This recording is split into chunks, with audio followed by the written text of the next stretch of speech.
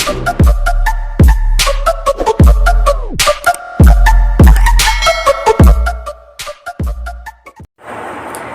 mga master! Welcome back to our channel!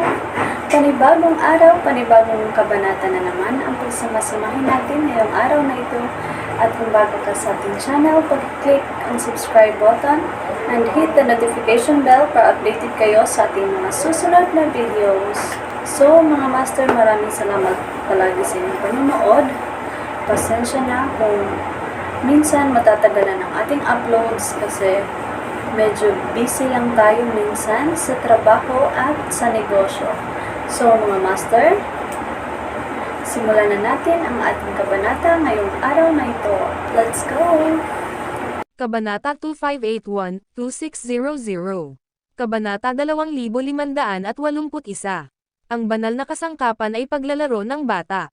Nakakabaliw. Dahil ito ang unang pagkakataon na nakatagpo sila ng isang banal na kasangkapan, lubos silang natulala sa kapangyarihan nito. Matapos nilang matikman ang lakas nito, hindi nila maiwasang manabik ng higit pa. Agad silang naghiyawan ng malakas para ipakita ang kanilang sigasig.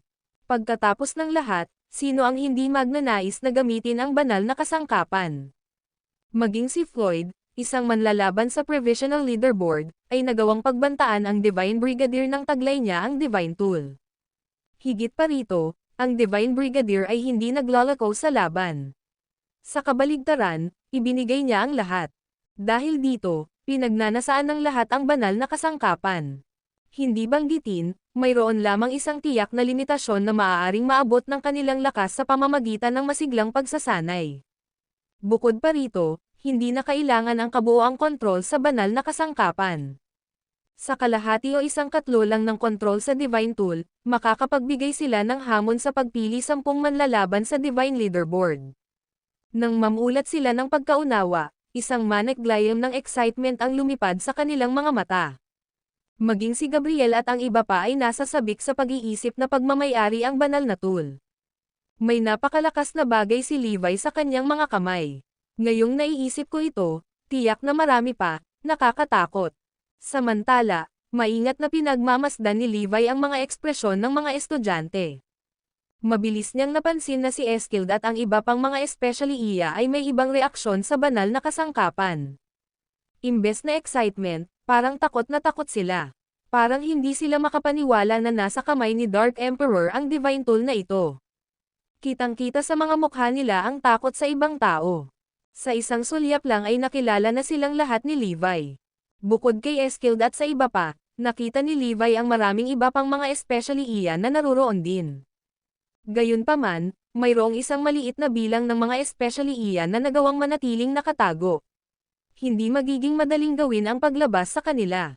Napangiti si Levi sa kasiyahan. Mukhang gumana ang pain ko. Napagmasdan bang mabuti ng lahat? Magkakaroon ng maraming pagkakataon para makakuha ka ng banal na kasangkapan dahil ang Chancellor ay may hawak ng ilang banal na kasangkapan. Inihayag ni Daxon na may malawak na sinag. Ang kanyang mga salita ay naging dahilan upang ang lahat ay lalong tuwang-tuwa. Kasabay nito, natagpuan nila ang kanilang sarili na nag-aalab sa pag-usisa upang malaman ang higit pa tungkol kay Dark Emperor. Nagsimula nang maghinala si Zoe na ibang tao ang yumako sa tungkulin ni Dark Emperor. Noong nakaraan, hindi ito kaya ng kanyang amo. Sa katunayan, hindi mahirap sabihin na ang Dark Emperor ay nagbagong anyo bilang ibang tao sa magdamag. Kaya naman, nalaman ni Eskild at ng iba pa ang kanilang sarili na lalong nagiging interesado tungkol kay Dark Emperor. Gayunpaman, ang lahat ng kanilang pagsisiyasat tungkol sa misteryosong lalaki ay nasugatan sa mga patay sa dulo. Ang kakulangan ng mga pahiwatig ay nagtutulak sa kanila sa pader. Aside from individual rewards, magkakaroon din ng team rewards. Ang mga gantimpala na ito ay na-sponsor ng lahat ng sacred organization sa ilalim ng Dark Emperor. Bagamat sigurado akong alam na ninyo itong lahat sa ngayon, ang pagkuha ng mga gantimpala na ito ay lubos na magpapahusay sa inyong mga kapangyarihan. Kaagad, ang buong grupo ay sumabog sa siklab ng galit habang sila ay nagpalakpakan sa tuktok ng kanilang mga baga. Lahat, magsikap tayo. Sa ngayon, dapat nating ituon ang ating atensyon sa pagkapanalo bilang isang grupo.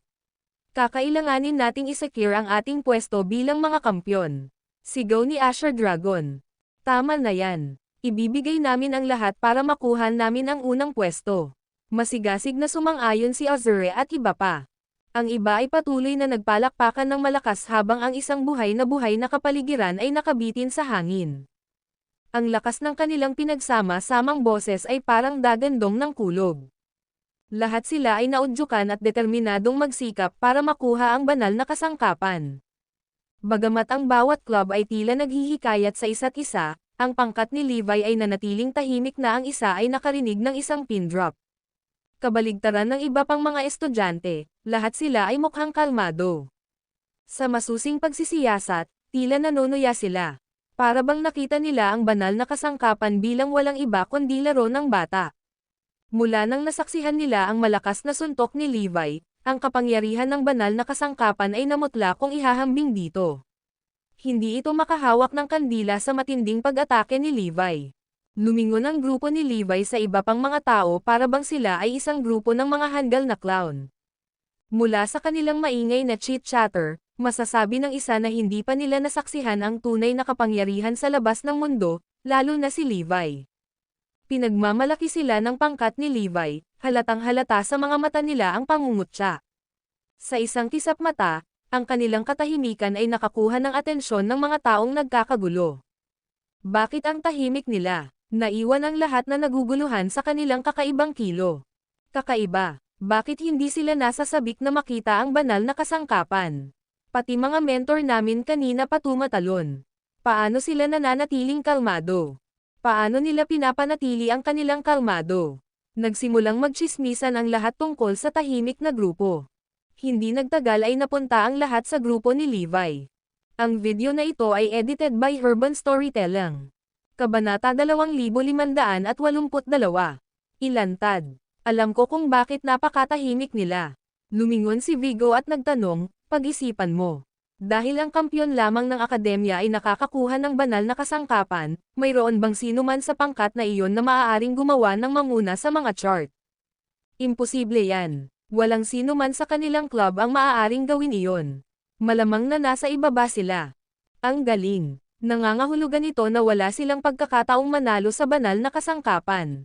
Higit pa riyan, ano ang iniisip ninyo tungkol sa rangkang ng kanilang club? Muling tanong ni Vigo. Nakakatawa, sila ay nasa pinakailalim. Dahil garantisado sila sa huling pwesto, dapat tayong lahat ay makipagkompetensya para sa pangalawa hanggang sa huli. Agree din ako, sila ang magiging pinakamahusay na club. Hindi na natin kailangang tingnan bilang ating mga kakompetensya. Dapat nating ay ranggo sila bilang huli. Walang paraan na makakamit nila ang isang ranggo na mas mahusay kaysa doon. Isa-isa silang nag-isip tungkol sa grupo ni Levi. Ito ay gumagamit na ng mga gantimpala ng club ay hindi rin mahalaga sa kanila. Dahil wala silang pagkakataong manalo sa mga reward na inihayag ngayon, bakit sila matutuwa gaya natin? Tama, bakit ang sino man ay magagalit tungkol sa isang bagay na lubos na walang kaugnayan sa kanila? Ang kanilang kawalan ng emosyon ay may perpektong kahulugan. Pagkatapos ng maikling talakayan tungkol sa pangkat ni Levi, lahat sila ay nagkasundo. Isinasaalang-alang ang kanilang walang pag-asa na sitwasyon, makatuwiran na sila ay napakawalang halaga sa banal na kasangkapan.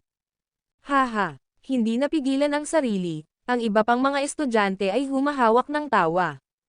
Hindi ko maiwasang makaramdam ng sama ng loob sa kanila. Sa kabila ng napakagandang gantimpala, hindi sila makalapit sa pagkuha nito. Unlike them, we have two chances of get it.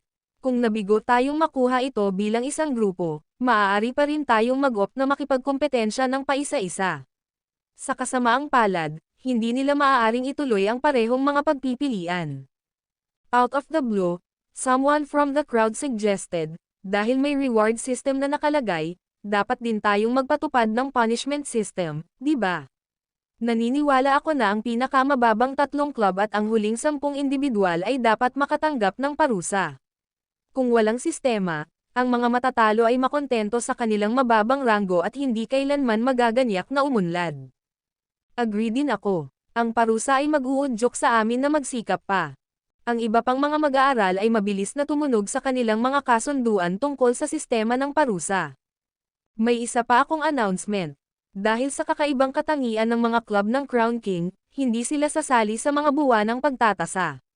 Sa halip, sasali sila sa kompetisyon makalipas ang 1 taon, deklara ni Daxen. Ang kanyang mga salita ay nagdulot ng paghinga sa buong karamihan. Ngunit pagkatapos ng maikling sandali ng pag-iisip, natagpuan nila ang kanilang mga sarili na sang-ayon sa sitwasyong ito. Dahil natukoy na ang pangkat ni Levi ang huling malalagay, ang kanilang paglahok sa buwanang pagtatasa ay hindi mahalaga kahit kaunti. Sa karamihan, sila ay sasalubungin ng higit na kahihiyan at pangungutya. Sa totoo lang, dapat ay tuluyan na silang umalis sa kompetisyon. Kasabay nito, ang desisyon ni Levi sa bagay na ito ay nagpapakita na ang mga miyembro ng kanyang club ay mabagal na mag-aaral. Kung ikukumpara sa iba pang mga mag-aaral, kailangan nila ng mas mahabang oras upang makabisado ang mga pamamaraan. Ang pakikilahok sa mga buwan ng pagsusuring ito ay magiging hadlang lamang sa kanilang pag-unlad sa pag-aaral. Kaya dapat lang na umalis na sila. Bukod dito, imposibleng makuha pa rin ng mga estudyante ni Levi ang premyo. Habang mainit na pinag-uusapan ng karamihan ang bagay na ito, isa pang detalye ang nakapukaw ng pansin ni Levi. Sa kabila ng pangungutya ng lahat, hindi nakiisa si Eskild at ang kanyang mga tauhan sa kasiyahan. Sa halip, itinoon nila ng husto ang kanilang atensyon sa banal na kasangkapan. Natural, naunawaan ni Levi ang kanilang intensyon. Ang Divine Tool ay isang mahalagang pawn na magbibigay daan sa kanila na makuha ang kanilang mga kamay sa higit pang impormasyon tungkol sa Dark Emperor. Sa madaling salita, kumpiyansa si Levi na susubukan ng mga especially iyan na usisin ang banal na kasangkapan. Siguro, susubukan nilang magsagawa ng mga eksperimento dito. Pagkalipas ng 1 taon, lahat kayo ay maaaring kunin ang inyong posisyon sa huling lugar. Nagtawanan ang mga tao habang kinukutya ang pangkat ni Levi sa huling pagkakataon bago umalis. Sa ilalim ng maingat na mata ng mga tauhan, ang banal na kasangkapan ay dinala sa lihim na lab ng akademya. Sir, hindi ka ba nag-aalala tungkol sa Divine Tool? Dahil napakalakas nitong sandata, natatakot kami na baka may magtangkang nakawin ito, tanong ni Eskild. Hindi mapigilan ni Levi na matuwa. Hindi ba nag-aalala ang brat na ito na ilantad ang kanyang sarili? Marahil, sinusubukan niyang alisin ang anumang hinala sa pamamagitan ng pagtatanong tungkol dito. Hindi naman. Ang lab kung saan namin itinatago ang banal na tool ay ang pinakaligtas na lugar sa Carrie Gray Academy. Ilagay ito sa ganitong paraan, mag-ipon para sa amin, walang makaka-access nito.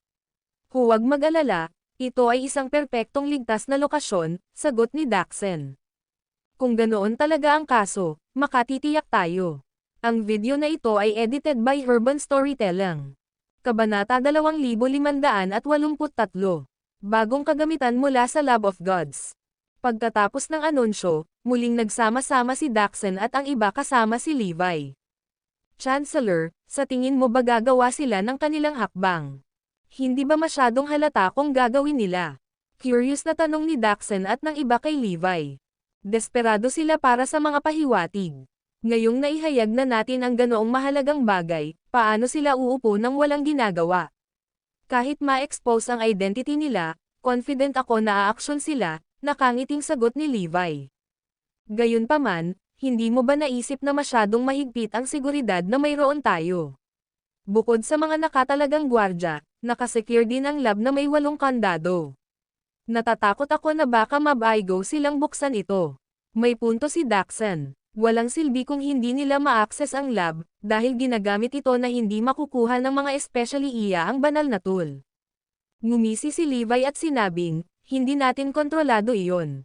Ang kanilang kabiguan na makuha ang kanilang mga kamay sa banal na kasangkapan ay magsasad lamang ng kanilang kawalan ng kakayahan. Hindi natin kayang magpakalma. Sa kabaligtaran, kailangan nating panatilihin ang ating mga bantay. Tama na. Kung tayo ay masyadong maluwag sa loob, baka isipin nila na sinadya natin ang bitag. Kung mas mahirap gawin ito, mas mahusay. Tayong 8 ay dapat magbantay ngayong gabi. Nang makitang sumang-ayon sila sa kanyang mga iniisip, pumili si Levi ng 8 mentor na ilalagay sa labas ng lab. Bumalik sa Lab of Gods training base na matatagpuan sa Oakland City, nakakuha si Mr. X ng kumpletong ulat mula sa kanyang mga espesyaliya. Kung ang banal na tool ay kasing lakas ng tila, sigurado ako na ito ay magbubunyag ng pagkakakilanlan ni Dark Emperor. Kailangan nating hawakan ito kahit anong mangyari. Tiyaking kumilos ka ng nagmamadali. Kahit na nalantad ang iyong mga pagkakakilanlan, dapat mong gawin ang lahat ng iyong makakaya upang makuha ang banal na kasangkapan. Pumunta ka at tamaan sila ng lahat ng mayroon ka sa iyong arsenal. Utos ni Mr. X. Nang matanggap ang kanyang mga utos, umalis ang mga espesyaliya. Ngunit upang mapanatili ang hitsura, nag-iwan sila ng 10 lalaki. Sa ganitong paraan, hindi lahat ng pabalat ay sesabog. Ang iba sa mga lalaki ay hindi nag-aksaya ng oras sa pagkilos. Habang tinutupad nila ang mga tagubilin ni Mr. X, sumasailalim si Levi sa kanyang nag-iisang pagsasanay sa hilagang bahagi ng lab. Naramdaman na niya ang ilang presensya na papunta sa lab mula sa ibang direksyon. Sa sandaling nakita niya ang mga nanghihimasok, hindi nagtagal para kumpirmahin ni Levi ang eksaktong kinaroroonan nila. Ang grupo ng mga espesyaliya mula sa Lab of Gods ay malinaw na mahusay na sinanay. Naitalaga nila ang kanilang mga gawain ng may katumpakan. Ang ilan ay namamahala sa pagbabantay, habang ang iba ay naghahatid ng impormasyon sa isa't isa. Higit pa rito, gumamit sila ng mga high-tech na kagamitan na kahit si Levi ay hindi pa nakikita noon. Ang paggamit ng mga espesyaliya ng mga advanced na kagamitan ay ginagamit sa Lab of Gods ay naghanda para dito noon pa man. Oh, biglang may na-realize si Levi. Ang kanilang mga katawan ay kasing aninag ng mga aparisyon. Ito ay kahawig ng mga purong enerhiyang nilalang na minsan ay nakilala ko sa Restricted Area 76. Hindi lamang sila nagpanday ng mga purong enerhiya nilalang, gumawa pa sila ng paraan para gawing translucent ang kanilang mga lalaki. Nangangahulugan ito na ang wavelength ng enerhiya ng mga espesyaliya ay hindi mapapansin. Maging ang Divine Brigadier mismo ay hindi ma-detect ang kanilang presensya. Maingat, ang mga hindi nakikitang espesyaliya ay nagtungo sa lab. Dali-dali nilang nalampasan ang 8 gwardya at matagumpay na nakapasok sa perimeter ng lab. Bagamat naloko ang 7 gwardya sa pagbabalat kayo ng mga espesyaliya, kitang-kita sila ni Levi na linawin ng araw. Kahit na nakaupo siya sa isang malaking bato na nakapikit, naramdaman niya pa rin na may pumipihit sa kanya nang dumaan sila. Tila kinukutya siya ng mga ito sa pagbabantay sa banal na kasangkapan dahil halos wala silang pagsisikap na lampasan ang kanyang depensa. Tahimik, binanggit ni Levi ang kanyang pangalan Gerhard. Sa isang kisap mata, ang dosenang mga espesyaliya ay pumasok sa lab. Una nilang ginamit ang kagamitan na kanilang inihanda upang sirain ang mga kandado at sa wakas ay natagpuan ang banal na kasangkapan. Upang maiwasang magtaas ng anumang alarma, pinalitan nila ito ng peke. Nang makuha na nila ang banal na kasangkapan, mabilis silang tumungo sa labasan. Ang grupo ng mga espesyaliya ay agad na lumapit kay Levi dahil inaakala nilang siya ang pinakamahinang link sa mga bantay. Nang madaanan siya ng mga ito, ang mga sulok ng kanilang mga labi ay tumaas sa isang ngiti. Sa mga mata ni Levi, akala niya ay kinukutya siya ng mga ito. Gayunpaman, malayo iyon sa katotohanan. Sa totoo lang, may ibang kahulugan ang malapad nilang ngiti. Matapos makaalis ang grupo, mabilis na ipinadala ng response team ang impormasyong ito sa ibang grupo. Sa pamamagitan nito, ang lahat ng mga espesyaliya ay naglaho ng walang kahit isang bakas. Ang video na ito ay edited by Urban Storytelling. Kabanata 2584. Hindi sila umalis. Hindi nila alam, nag-iwan ng marka si Levi sa kanilang mga katawan. Isa itong espesyal na tracking chip na binuo ng pinakamataas na club ng Sacred Organization. Ang chip na ito ay talagang isang uri ng likido na maglalaho kapag napunta ito sa target nito. Ngayong naiwiwizek na ito ni Levi sa kanila, nahanap na ng kanyang mga nasasakupan ang lahat ng mga espesyaliya at nasubaybayan ang kanilang lokasyon. Ang tracking liquid na ito ay napakalakas na kaya nitong subaybayan ang mga target nito kahit gaano kalayo ang kanilang narating. Hindi mapigilan ni Levi ang mapangiti sa sarap. Sa puntong ito, wala pang nakapansin sa paglaho ng banal na kasangkapan. Kung hindi pa sinabi ni Levi sa kanila ang pangyayari, mas matagal bago nila napagtanto ang katotohanan. Ang Lab of Gods ay tunay na namumuhay ayon sa kanilang reputasyon. Gamit ang advanced na teknolohiya, nagawa nilang makuha ito sa ilalim mismo ng aming mga ilong. Ngumiti si Levi. Napagtanto lamang ng iba pang mga gwardya ang tungkol sa pagnanakaw matapos itong malaman sa kanila ni Levi. Nakakatakot. Maging si Daxon ay natagpuan ang kanyang sarili na pawis na pawis. Kung wala si Levi nang isagawa ng Lab of Gods ang pagnanakaw na ito, maaaring hindi sila makayanan ng Cardinal Hall at Eragon ng mag-isa. Kailangan nilang humingi ng tulong sa dalawang mahiwagang entidad mula kay Erudia. Chancellor, ano ang dapat nating gawin ngayon? Curious na tanong ng lahat. Ang kailangan lang nating gawin ay maghintay na ibalik nila ang banal na kasangkapan, maaliwalas na sagot ni Levi. Ha? Bakit nila ibabalik ang banal na kasangkapang gayong ninakaw na nila ito? Agad, ang lahat ay itinapon sa isang estado ng pagkalito. Gusto lang nilang imbestigahan ito para sa anumang mga pahiwatig. Pagkatapos nilang gawin ang kanilang eksperimento, sigurado akong ibabalik nila ito. Sumagot si Eustace sa ngalan ni Levi. May maliit na ngiti na nakaukit sa kanyang mukha, umalis si Levi upang bisitahin ang sagradong organisasyon. Doon, binalak niyang abutin ang sitwasyon.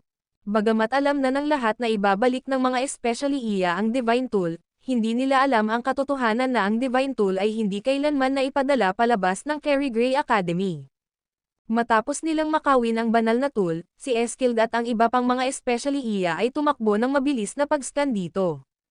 Si Mr. X mismo ang espesyal na naghanda ng aparatong ito sa pag-scan para sa kanila.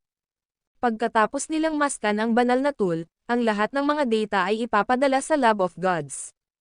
Kaya naman, hindi na nila nahirapan ang kanilang sarili sa pagdadala nito hanggang sa Lab of Gods base. Sa sandaling matanggap ang data, sinimulan itong pag-aralan ng lubusan ng Lab of Gods. Ilang minuto lang, nakabuo na sila ng final report. Ang mga istruktura at higit na kapangyarihan nito ay katulad ng banal na kasangkapan na ginamit ng Diyos noon sa Restricted Area 76. Upang maging mas tumpak, ang bumubuo nito ay sa 70% magkatulad. Gayunpaman, may kaunting pagkakaiba sa mga paraan ng pag-forging ng mga armas. Gayunpaman, nagdududa rin sila dahil nabigo silang mangolekta ng sapat na impormasyon sa kanilang nakaraang encuentro. Sa huli, napagpasyahan ng Lab of Gods na ang banal na tool na ito ay ginamit ng Diyos sa Restricted Area 76. Wala itong ipinapaliwanag. Sa karamihan, alam na natin ngayon na kinuha nila ang banal na tool na ito sa Restricted Area 76. Hindi ibig sabihin na naghahari na ngayon ang Dark Emperor doon. Sumasang-ayon ako. Ang banal na kasangkapang ito ay hindi makapaglilinaw ng anuman. Bukod dito, may mga chismis na ang Dark Emperor ay mayroong maraming ganoong armas.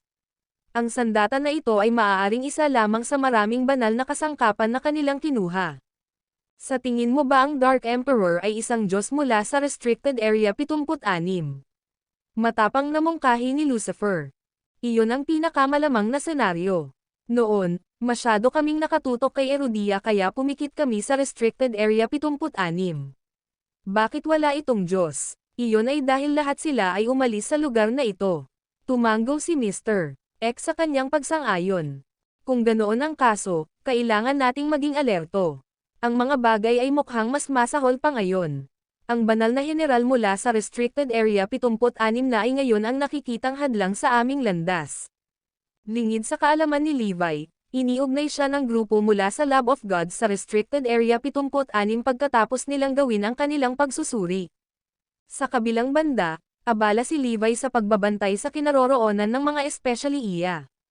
Laking gulat niya, hindi sila gumagalaw ni isang pulgada. Sa katunayan, hindi pa sila nakakahakbang palabas ng campus. Anong nangyayari? Isang gulat na tingin ang bumungad sa mukha ni Levi. Nangangahulugan ito na ang banal na kasangkapan ay hindi kailanman umalis sa Carrie Gray Academy. Ano sa lupa ang nangyayari? Bukod dito, kailangan pa nilang ibalik ang banal na kasangkapan. Noong una, naniniwala si Levi na dadalhin siya sa Lab of Gods, testing ground. Gayunpaman, ang kanyang mga plano ay nagkamali. Ang video na ito ay edited by Urban Storytelling. Kabanata 2585. Nawawala ang Divine Tool. Habang lumilipas ang mga minuto, Patuloy na nakatuon si Levi sa mga espesyaliya sa Carrie Gray Academy. Sa kabila nito, ang lahat ng kanyang mga target ay hindi nagpapakita ng anumang senyales ng mga nangyayari. Pakiramdam ko ay hindi naganap ang buong pagnanakaw. Taliwas sa mga hula ni Levi, hindi rin nila ibinalik ang banal na tool pabalik sa lab. Paano niya malalaman ang tungkol sa scanning device na inihanda ng Lab of Gods? Anong gagawin natin ngayon? Ang iba sa mga miyembro ay nagsimulang magpanik tulad ng isang grupo ng mga walang ulo na manok.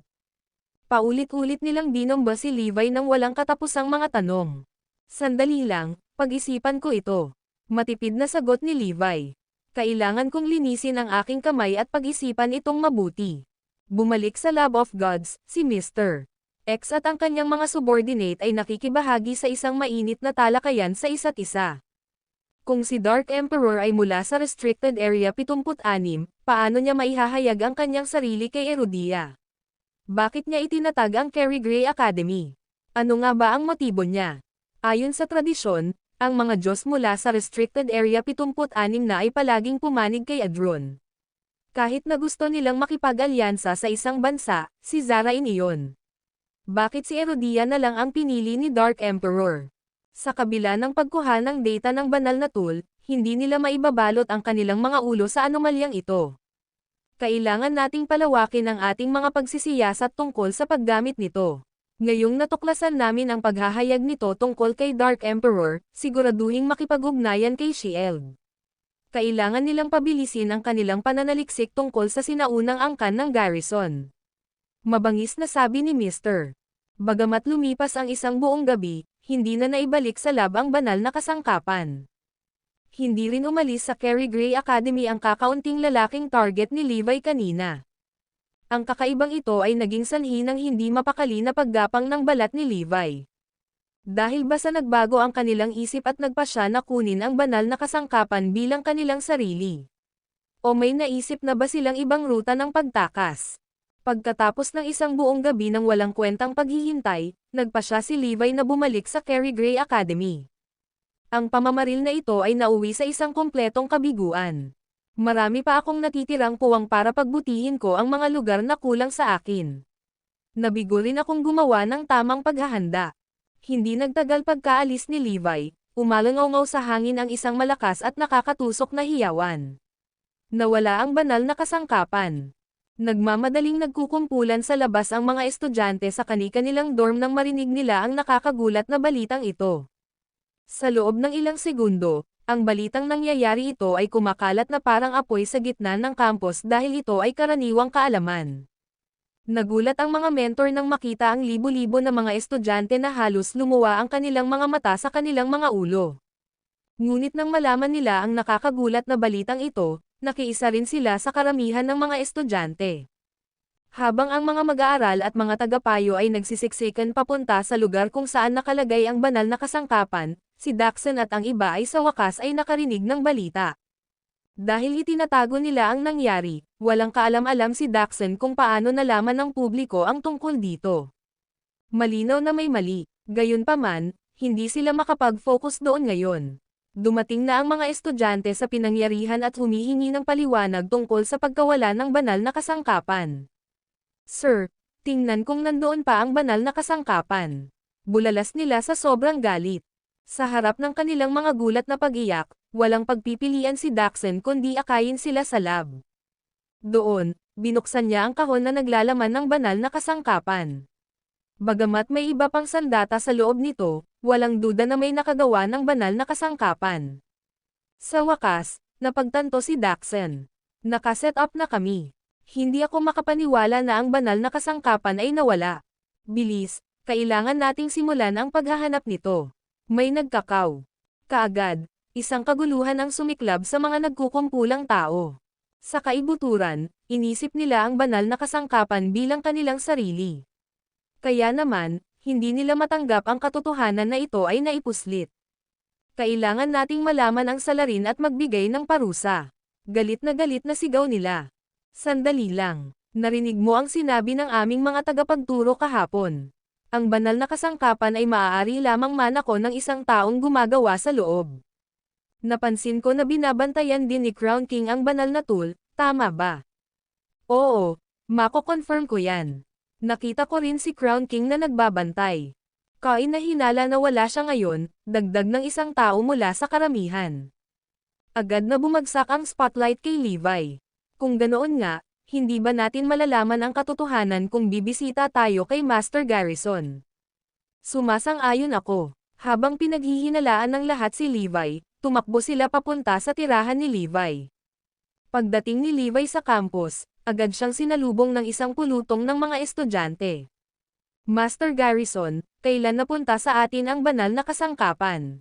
Ang video na ito ay edited by Urban Storytelling. Kabanata 2586.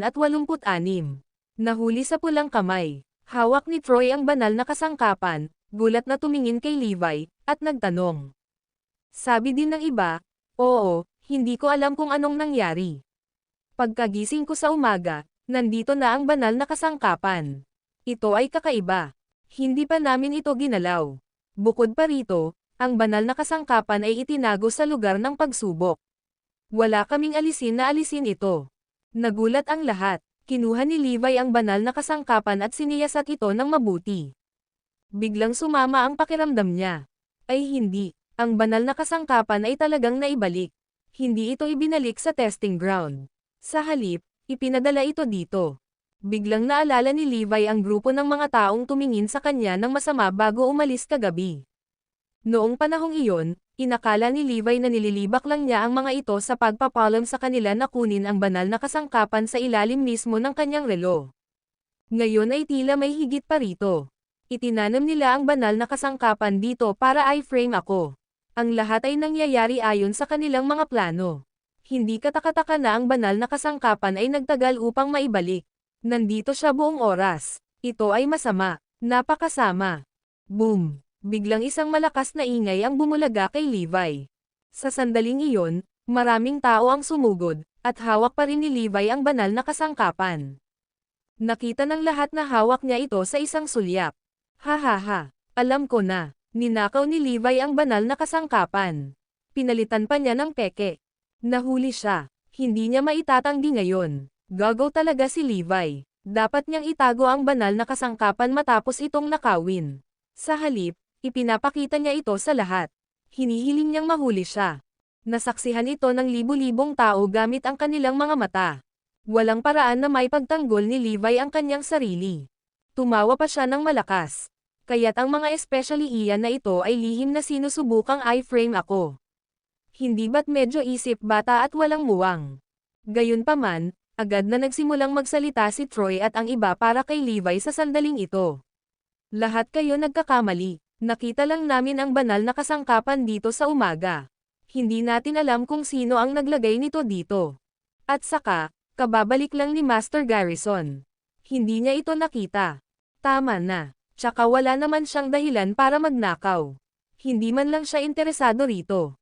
Hehe, putulin ang kalokohan. Walang dahilan para makuha ito. Nakita ng lahat ang kapangyarihan ng banal na kasangkapan kahapon. Sino ba naman ang hindi gugustuhin para sa sarili nila? Kahit ang mga guro ay halos hindi makalaban sa mga tukso. Bilang guro ng grupo na malamang na hindi magkaroon ng banal na kasangkapan, pinagnanasaan niya ang banal na kasangkapan, at ipinagpalit niya ito. Isa rin siya sa mga gurong nakabantay kagabi. Madali lang niya itong nagawa dahil nakabantay siya kagabi. Minsan sinabi ng Divine Brigadier na ang Divine Tool ay maaari lamang manakon ng isang gumagawa sa loob. Halatang si Levi ang may gawa nun. At saka, nakita nating lahat ng ating mga mata. Gusto mo pa bang tanggapin? Pagkatapos ng lahat ng sinabi nila, magiging walang saysay kahit na paano pabulaanan ito ni Troy at ng iba pa. Pagkatapos ng lahat, ang nawawalang banal na kasangkapan ay natagpuan dito, sa kamay mismo ni Levi. Wala na silang ibang masabi. Ilang araw na ang nakalipas, si Levi ay lihim na nag-aaral ng aming mga diskarte. Kaya't hindi masyadong kakaiba para sa kanya na nakawin ang banal na kasangkapan ngayon. Napakahina niya. Maiintindihan na gusto niyang lumakas. Nagsimula ang lahat ng mainit na talakayan. Si Zoe at ang iba ay kitang-kitang masama ang loob at hindi makapaniwalang tumingin kay Levi. Hindi sila makapaniwala na nakawin ni Levi ang banal na kasangkapan para lumakas. Hindi naman sa wala silang tiwala kay Levi. Ngunit ang mga katotohanan ay maliwanag. Nahuli rin siyang palihim na nag-aaral ng kanilang mga pamamaraan. Ang lahat ng iyon ay hindi masasagot na ebidensya. Biglang may nagiba ng topic at nagsabing, ngunit kahit ninakaw ni Levi ang banal na kasangkapan, guro pa rin siya. Dapat magpaliwanag ang akademya. Kung hindi, mahirap kumbansihin ang publiko. Tama na yan. Dapat bigyan tayo ng akademya ng paliwanag. Ang pagnanakaw sa banal na kasangkapan ay isang krimen na dapat harapin. Bilang isang guro, mas mabigat ang parusa kay Levi. Ang mga tao ay nagsimulang sumigaw ng galit, sinusubukang lumikha ng sedisyon. Natigilan si Daxon at ang iba pa. Hindi nila alam kung paano hahaharapin ang sitwasyon. Napagtanto na alam nila ang nangyari sa huli. Gayunpaman, sa oras na naunawaan nila ang lahat ng nangyari, huli na ang lahat. Ang video na ito ay edited by Urban Storytelling. Kabanata 2587. Kung sino ang magsasalita ay nasusuntok.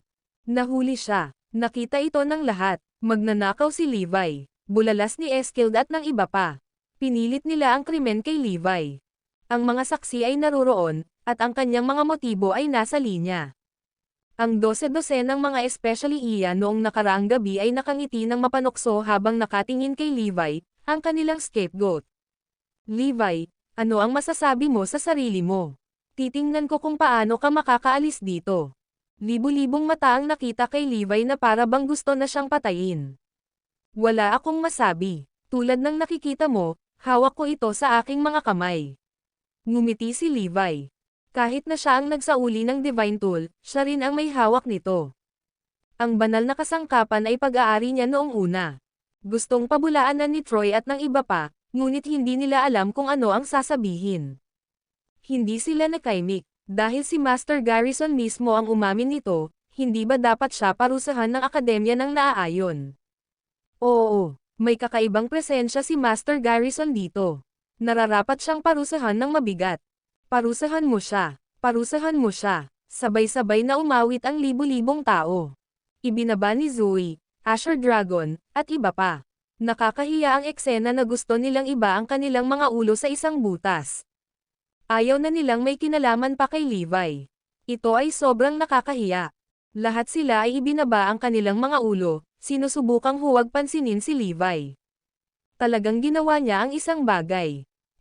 Natarante si Daxon at ang iba pa. Hindi sila mangangahas na parusahan si Levi. Gayunpaman, dapat ayusin ang isang serye ng mga hakbang upang masugpo ang galit ng publiko. Ito ay isang bagay na may malaking kahalagahan. Magdedesisyon tayo pagkatapos ng talakayan at ipaalam sa Chancellor at Vice Chancellor. Sabi ni Daxon. Nais niyang gamitin ang mga titulo ng Chancellor at Vice Chancellor para mapili ang grupo ng mga tao. Gayunpaman, hindi sumang-ayon ang karamihan. Hindi pwede. May matibay na ebidensya. Dapat siyang parusahan. Kung hindi, hindi masisiyahan ang publiko. Hindi pa ba sapat na halata? Ano pa ba ang dapat pag-usapan? Pinilit ng mga especially iya ni Eskild ang lahat, at gusto nilang maparusahan kaagad si Levi. Parusahan siya ngayon. Putulin ang magkabilang kamay niyang magnanakaw. Lumuhad siya sa harap ng tarangkahan at pagsisihan ang kanyang mga kasalanan sa loob ng isang araw. Doon lamang malulutas ang bagay na ito. May sumigaw mula sa karamihan. Nakilala ni Levi ang taong iyon. Ito ay Gerhard mula sa nakaraang gabi. Okay, gawin natin yan.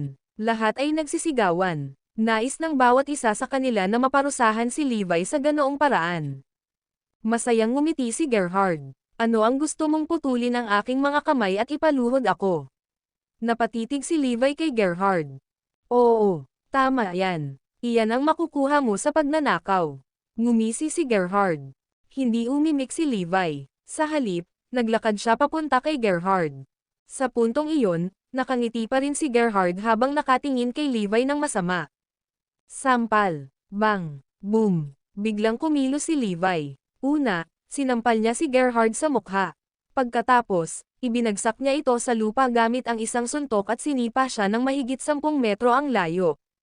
Nagulat ang lahat. Nagulat sila sa kaibuturan. Wala sa kanila ang umasa na si Levi ang tatamaan ni Gerhard. Natigilan din si Gerhard. Logically, Siya ang nasa tuktok ng Provisional Leaderboard, na mas malakas kaysa kay Levi. Gayunpaman, wala siyang kapangyarihang lumaban. Ubo, ubo. Si Gerhard ay bumulwak ng dugo mula sa kanyang bibig matapos siyang bumagsak sa lupa. Muntik na siyang bugbugin hanggang mamatay. Hindi niya akalain na kanina pa siya pinagmamasdan ni Levi. Mula nang pitikin niya ang gitnang daliri, matagal na siyang gustong bugbugin ni Levi. Ngayong inihain niya ang kanyang sarili sa isang pinggan na pilak, natural na sasamantalahin ni Levi ang pagkakataon. Ilang minuto lang ang lumipas nang tuluyang bumalik sa katinoan ang lahat. Levi, anong ginagawa mo? Bakit mo siya binugbog? Likas na sumigaw ang mga especially iya. Sampal, sampal. Sinampal din sila ni Levi sa mukha. Natigilan na naman ang lahat. The moment na may umimik, sinampal ulit sila ni Levi. Ang video na ito ay edited by Urban Storytelling. Kabanata 2588. Gusto kong sampelan ka. Natahimik ang karamihan sa isang iglap. Wala nang nangahas na magsalita, dahil sasampalin sila. Gayunpaman, hindi basta-basta sinampal ni Levi ang sinuman. Ang mga sinampal niya ay ang mga nasangkot sa pagnanakaw ng banal na kasangkapan noong nakaraang gabi. May death wish ka ba? Sa tingin mo ba hindi tayo makakalaban? Marami sa kanila ang gustong gumanti. Sa sandaling ito, itinaas ni Gerhard ang kanyang kamay at sumigaw, "Teka! Maghintay ka, huwag mahulog sa kanyang panlilinlang. Pinapagalitan niya lang tayo. Kung atakihin natin siya, liliko ang mga mesa." Isa siyang guro sa Carrie Gray Academy, kung tutuusin. At kung sinaktan natin ang isang guro, tayo ang may kasalanan, at magagamit niya ito para makatakas. Matapos marinig ang sinabi ni Gerhard, tumango ang lahat bilang pagsang-ayon. Namangha sila sa lalim ng mapanuksong plano ni Levi. Tumawa si Levi. Nag-o-overthink ka. Parang gusto kitang sampelan. Pumalakpak, pumalakpak, pumalakpak. Habang nagsasalita siya, lumakad pasulong si Levi at binigyan pa ng ilang sipa si Gerhard. Kinagat ni Gerhard ang kanyang mga ngipin, puno ng hinanakit ang kanyang mukha. Tiniis niya ang sakit at nilabanan niya ang pagnanasang lumaban. Hindi nagpapigil si Levi. Patuloy siyang naghatid ng mas maraming sipa at suntok kay Gerhard. Kung hindi lang si Daxon ang hamarang sa kanya, baka nabugbog na si Gerhard. Tumahimik ka. Huminahon ang lahat. Kinawayan ni Daxon ang isang dismissive na kamay. Sir, nagnakaw at nang-aatake si Levi. Dapat siyang maparusahan ng mabigat. Nagsisigawan ang mga tao. Katahimikan. Kailan ka gumagawa ng mga desisyon sa Carrie Gray Academy? Ang Chancellor at ang iba ay mag-uusap at magdedesisyon. Walang sino mang pinapayagang magsalita muli tungkol dito. Pagkatapos, iminuwestro ni Daxon ang kanyang kamay, alisin mo ang banal na kasangkapan. Matapos marinig ang matigas na si Daxon, lahat ay naglakas loob na hindi magsalita. Maya-maya ay kumalat ang mga tao.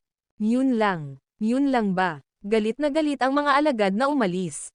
Nagpatuloy sila sa pagtalakay sa bagay na ito. Magpapasya ang Chancellor. Hindi ba malinaw? Tapos na ang paggamit nito, sabi ng isang tao. Pero may ninakaw si Levi, at sinaktan pa niya tayo. At ayos lang. Hindi ko matatanggap ito. Ako rin. Hindi lamang ang mga especially iyan ng Love of Gods, ngunit marami pang iba ang nadaman na ito ay hindi patas. Kung hindi mo matanggap, sabihin mo mismo sa Divine Brigadier. Hindi mo ba nakikita? Pinoprotektahan ng Carrie Gray Academy si Levi. Ngayong natagpuan na ang banal na kasangkapan, maaari nilang baliwalain ang bagay na ito. Sambit ni Eskild. Sumigaw din ang nasugatang si Gerhard, oo. Tama yan. Minaliit namin ang status ni Levi. Ang kanyang katayuan sa Carrie Gray Academy at maging sa Erodia ay prominenteng. Mukhang ganap ang katayuan ng Crown King. Ipagtatanggol nila siya hanggat hindi siya gagawa ng anumang bagay na makakasira sa Erodia o anumang bagay na nakakasira sa lupa. Kung tutuusin, ang Crown King ang tagapagligtas ni Erodia noong nakaraan. Minaliit namin ang opinyon nila kay Levi. Siya ay hindi isang taong mahina gaya ng isang taong inakala naming hindi makakarating sa Provisional Leaderboard. Sa pagkakataong iyon, napagtanto ng lahat ang isang bagay. Si Levi ay napakalakas at maaaring maging katumbas ng lahat ng mga kayamanan ni Erodia. Nang maglaon, ipinaliwanag ng mga especially iya ang sitwasyon sa Lab of Gods. Hindi nagtagal, pumunta si Daxon at ilang iba pa para makipagkita kay Levi. Kumbaga, in advance na nila ang lahat. Inilagay nila ang banal na kasangkapan dito at pagkatapos ay inakusahan nila akong ginawa nito. Iyan ay gumagamit na ang banal na kasangkapan ay hindi kailanman umalis. Sa Carrie Gray Academy ito noon pa man. Sabi ni Levi pagkatapos pag-aralan ang sitwasyon. Ngunit kung walang naglabas ng banal na kasangkapan, paano nalaman ng mga tao sa likod nila ang tungkol dito? Tanong ni Daxon. Nascan nila. May mga napaka-advanced na device na maaaring mag-scan at magpadala ng data sa kanila nang hindi naganap ang totoong bagay. Pinagsama-sama ni Levi ang puzzle. Ngumiti si Levi at sinabing, kung hindi ako nagkakamali, nasa Carrie Gray Academy pa rin ang gamit nila. Talagang gagawa sila ng paraan para maipuslit itong palabas ng akademya. Ang video na ito ay edited by Urban Storytelling. Kabanata 2589. Salamat sa iyong mungkahi. Tama na yan. Kung mayroon silang ganoong device sa pag-scan, hindi magiging ligtas para sa kanila na itago ito sa Carrie Gray Academy. Ito ay matutuklasan sa madaling panahon. Kaya tiyak na susubukan nilang alisin ito. Kailangan lang nating napansin silang mabuti, alamin kung kanino nila binigyan ang mga device na ito, at tukuyin ang huling lokasyon ng kagamitan. Pagkatapos ay magkakaroon tayo ng lead. Kukuha agad ako ng manood sa kanila. Hanggat may kislap pa ng pag-asa, hinding-hindi ito bibitawan ni Levi. Gayunpaman, namangha siya sa pagiging maingat ng Lab of Gods. Ito ay isang magandang pagkakataon, ngunit wala siyang anumang natuklasan. Matapos ipaliwanag ni Levi ang lahat, bumalik siya sa base. Hinanap siya ng grupo ni Zoe. Ano ito? Anong ginagawa mo dito sa halip na mag-training? Tanong ni Levi. Sa katunayan, nag-enjoy si Levi sa kanyang mga nakaraang araw nang wala si Zoe at iba pa. May pag-uusapan kami sa iyo. Medyo magkasalungat ang mga ekspresyon ni Zoe. Nagkaroon kami ng maikling diskusyon kanina, at nag-vote kami. Sumang-ayon ang lahat sa desisyong ito. Diretso lang sa punto, ngumiti si Levi. Kami. Saglit na nag-alinlangan si Zoe, ngunit hindi niya ito masabi sa huli. Mrs. Garrison, payagan mo ako. Si Floyd, na nakaranas ng banal na kasangkapan, ay tila lubos na nagtitiwala. Bago ito, hindi siya magkakaroon ng lakas ng loob na kausapin si Levi ng ganoon. Gayunpaman, matapos masaksihan ang walang kapantay na kapangyarihan, nagbigay ito sa kanya ng tiwala sa sarili. Tumayo siya at sinabing, Guro, nagkaroon kami ng diskusyon at nagkaroon ng desisyon. Pinagkaisa naming iminumungkahi na magbitiw ka sa iyong posisyon bilang guro at umalis sa Carrie Gray Academy. Ang lugar na ito ay hindi angkop para sa iyo. Master, kilalang kilala ka namin. Hindi mo kailanman nagustuhan ang mga hadlang ng mga patakaran at regulasyon. Pinahahalagahan mo ang iyong kalayaan. Ang Carrie Gray Academy ay hindi lugar para sa iyo, guro ka man o estudyante. Kung patuloy kang mananatili, magdudulot ka ng maraming gulo. Bukod pa rito, nililigawan mo ang mga estudyante. Hindi mo basta-basta magagawa ang anumang gusto mo sa mga estudyante dahil malaki lang ang kontribusyon mo kay Erodia at may prominenteng katayuan. Ang nangyari this time was just a wake-up call. Kung hindi ka aalis, mas maraming problema ang maaaring dumating sa iyo. Kung hindi mo kayang linisin ang lahat kapag nangyari iyon, hindi magiging maayos ang lahat. Seryoso ang mukha ni Levi pagkatapos pakinggan si Floyd. Ito ba ang iniisip ninyo lahat? Sabay-sabay na tumanggaw si Zoe at iba pa. Oo, tama yan. Napag-usapan na nating lahat ang tungkol dito. Ngayon, mangyaring umalis sa Carrie Gray Academy at magbitiw sa iyong posisyon. Kung hindi, maaari kang itaboy, o mas masahol pa. Sabay-sabay na nagsalita ang lahat. Napag-usapan nilang lahat ang bagay na iyon. Ang pananatili ni Levi sa Carrie Gray Academy ay nakapipinsala para sa kanyang sarili at sa kanila. Ang kanyang presensya ay nakaapekto sa kanila. Nagpapasalamat ako sa iyong mungkahi. Gayunpaman, hindi ako sang-ayon. Pagkatapos, tumalikod si Levi at umalis. Ikaw. Galit na galit si Zoe at ang iba pa. Gayunpaman, wala silang magagawa tungkol dito. Kinailangan pa ni Levi na gawin ang kanyang negosyo, at wala siyang oras para sa mga walang ginagawang chat. Gaya ng inaasahan, nakatanggap si Levi ng mensahe mula sa Death Fiend nang bumalik siya sa base. Guro, ang mga ahente ng espesyal na puwersa mula sa Zorian's Shield ay natagpuan sa paligid ng angkan ng garrison. 17 silang lahat. Ipinadala ko ang ating mga tauhan para hulihin sila. Sa wakas nakagawa na ba si Shield? Alam kong hindi sila makapaghintay. Nagulat si Levi. Oo, 4 na taon nang hindi nakatapak si Shield kay Erudia. Sa pagkakataong ito, bigla silang nagpapadala ng 17 tao. Ito ay hindi kapanipaniwala, kaya agad ko silang hinuli. Samantala, halos agad-agad na ipinaalam si Shield tungkol sa pagkakahuli sa 17 ahente ng espesyal na puwersa. Nagsimulang magpanik si Blackhawk. Agad niyang nakipag-ugnayan kay Mr. X. Ito ay kagyat. Huwag hayaang tanungin sila, baka magkaproblema tayo. Dapat mo silang iligtas kaagad. Ang mas maaga, mas mabuti. Sa sitwasyon ko ngayon, mas nahihirapan akong iligtas sila. Maaari ka bang magpadala ng isang tao mula sa iyong tabi, Mr. X? Tanong ni Blackhawk. May magandang ideya ako, sabi ni Mr. X. Ang video na ito ay edited by Urban Storytelling. Kabanata 2570. Hostage. Nagtataka si Blackhawk. Lahat ng tao sa paligid ni Mr. X ay curious din na malaman ang tungkol sa kanyang ideya. Nahuli nila ang ating mga tao. Kaya ikaw na ang kumuha sa kanila. Nakangiting sabi ni Mr. X. Nagulat si Blackhawk. Hindi makapaniwalang tanong niya, kunin ang kanilang mga tao. WHO. Lalong naguluhan si Lucifer. Mr. X. Ibig mo bang hulihin ang isang tao bilang kapalit ng sarili nating mga lalaki bilang kapalit? Ngunit walang silbi ang pagkuha ng sinuman. Hindi namin mahuhuli ang sinumang karapat-dapat gamitin. Well, kung mabibihag ko ang Divine Brigadier, maibabalik ko ang aking mga tao. Pero paano natin mahuhuli ang isang tao sa klase na iyon? Mukhang problemado si Blackhawk. Isa lang ang kailangan nating mahuli. Napangisi si Mr. X. WHO, Levi. Ano, Levi, Blackhawk, Lucifer, at ang iba ay hindi makapaniwala sa kanilang mga tainga.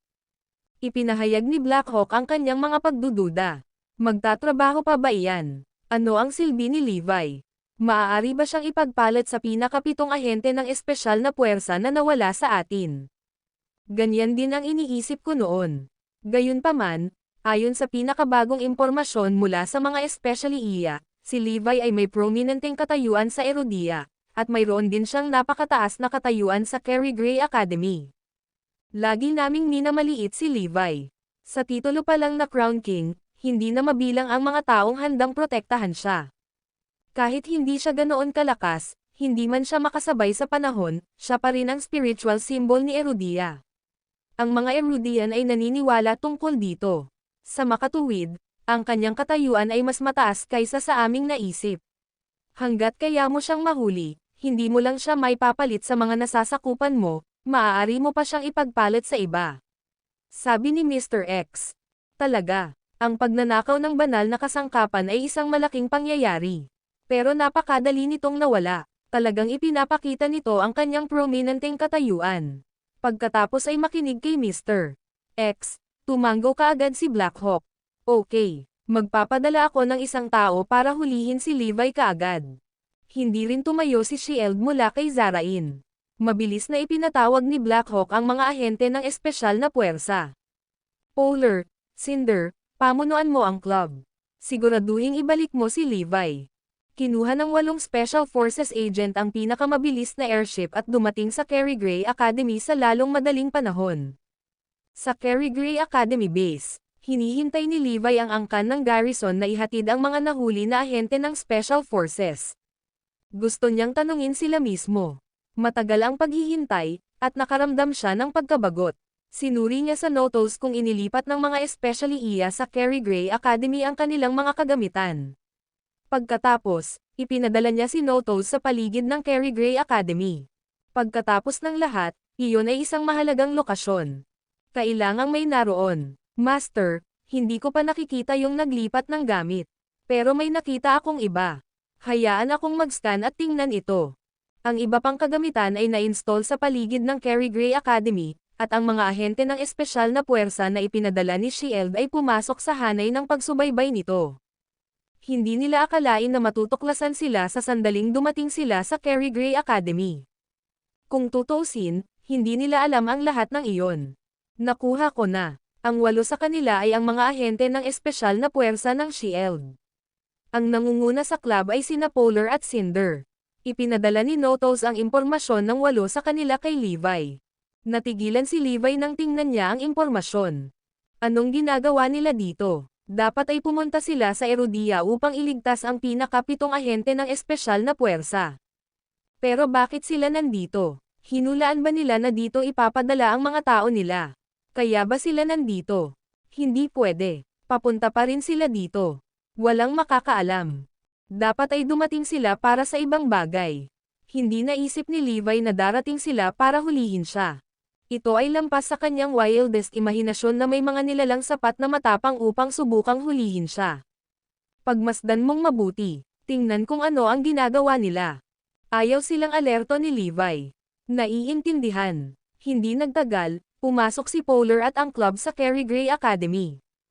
May dumating na mensahe mula kay Notos. Master, parang may hindi tama. Papunta sila sa direksyon mo. Baka nandito sila para sa'yo. Ano? Nandito sila para sa akin. Ang video na ito ay edited by Urban Storytelling. Kabanata 2571. Ang bangungot at ang Diablo. Natigilan si Levi. Hindi niya alam kung ano ang pinagkakaabalahan nilang 8. Gayunpaman, curious din siya kung bakit sila nandito. Sa ilang 10 segundo matapos matanggap ang mensahe mula kay Notos, naramdaman ni Levi ang presensya ng walang individual na papalapit sa kanya. Mabilis silang kumilos, at ang galing talaga nilang itago ang kanilang presensya. Well, at least they were good enough para walang ibang makapansin sa kanila sa Carrie Gray Academy maliban kay Levi. Inakala ni Polar at ng 7 iba pa na sila ay ganap na hindi natukoy dahil hindi sila nag-iiwan ng anumang landas. Palihim silang lumapit sa tirahan ni Levi. Parang lumabas sa hangin, pumasok sila sa tirahan ni Levi. Nagpakawala pa ng nakakatakot ng ngiti si Polar. Akala niya ay madali nilang mahuhuli si Levi, tulad ng pagkuha ng candy mula sa isang sanggol, at ang paghuli lamang kay Levi ay sapat na. Nagkunwaring tulog si Levi para makita ang kanilang gagawin. Gumising ka na. Tumigil ka na sa pagpapanggap. Napangisi si Polar. Ngumiti si Levi, binuksan ang kanyang mga mata, at umupo. Sino kayo? Anong ginagawa mo dito? Tanong agad ni Levi. Ngumisi si Cinder. Dalhin ka namin kung saan. Sa iyong lakas, iminumungkahi kung huwag kang lumaban. Kung hindi, magdurusa ka sa laman at dugo. Para sa kanila, masyadong mahina si Levi na walang pagkakataong labanan sila. Dalhin mo siya. Inutusan ni Polar ang iba pang mga ahente. 2 Special Forces agent ang humakbang pasulong at ikinulong ang mga kamay at paa ni Levi gamit ang mga advanced na poses.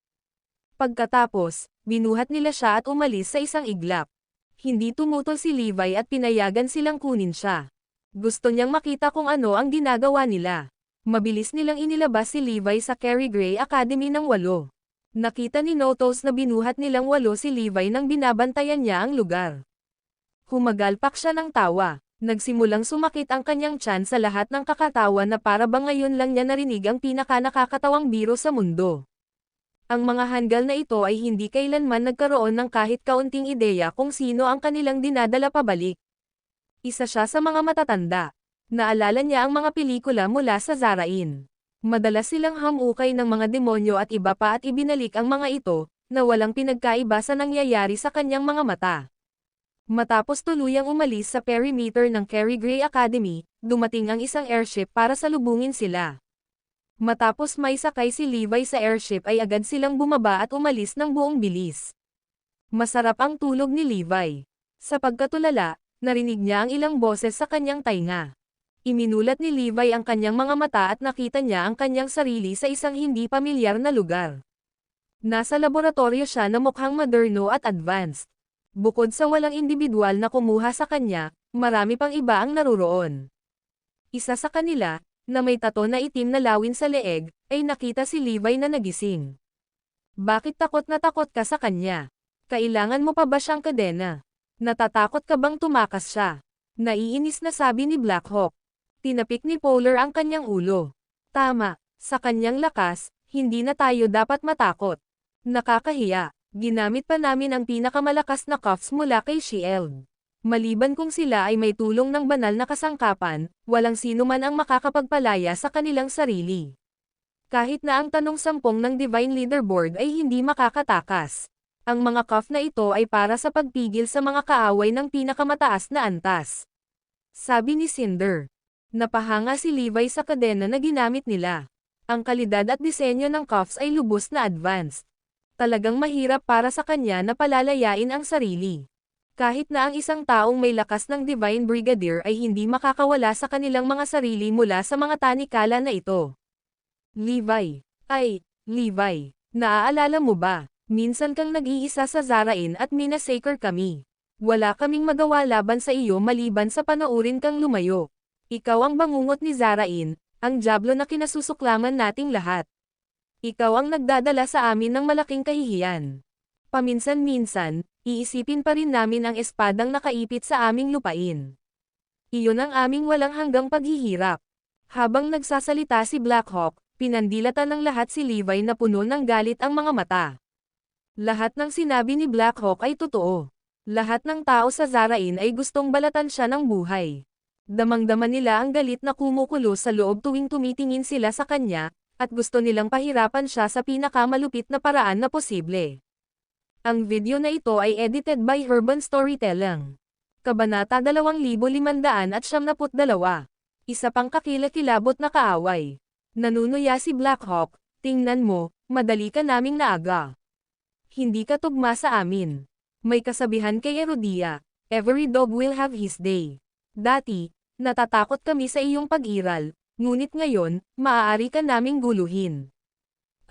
Ang katotohanan ay malupit. Hindi ko kayang kamuhian kapag katapos kong malaman kung gaano ka kaina. Oo, kailangan mong magpakatatag para kamuhian ka namin. Ngayong mahina ka na gaya ng langgam, hindi na kami magagalak sa pagpapahirap at pagpatay sa iyo. Ibinahagi ng iba ang kanyang damdamin. Masyadong mahina si Levi, kaya hindi nila nakuha ang isang pakiramdam ng tagumpay matapos siyang talunin. Natuwa naman si Levi sa mga reaksyon nila. Tumawa siya at sinabing, maaari mong subukan.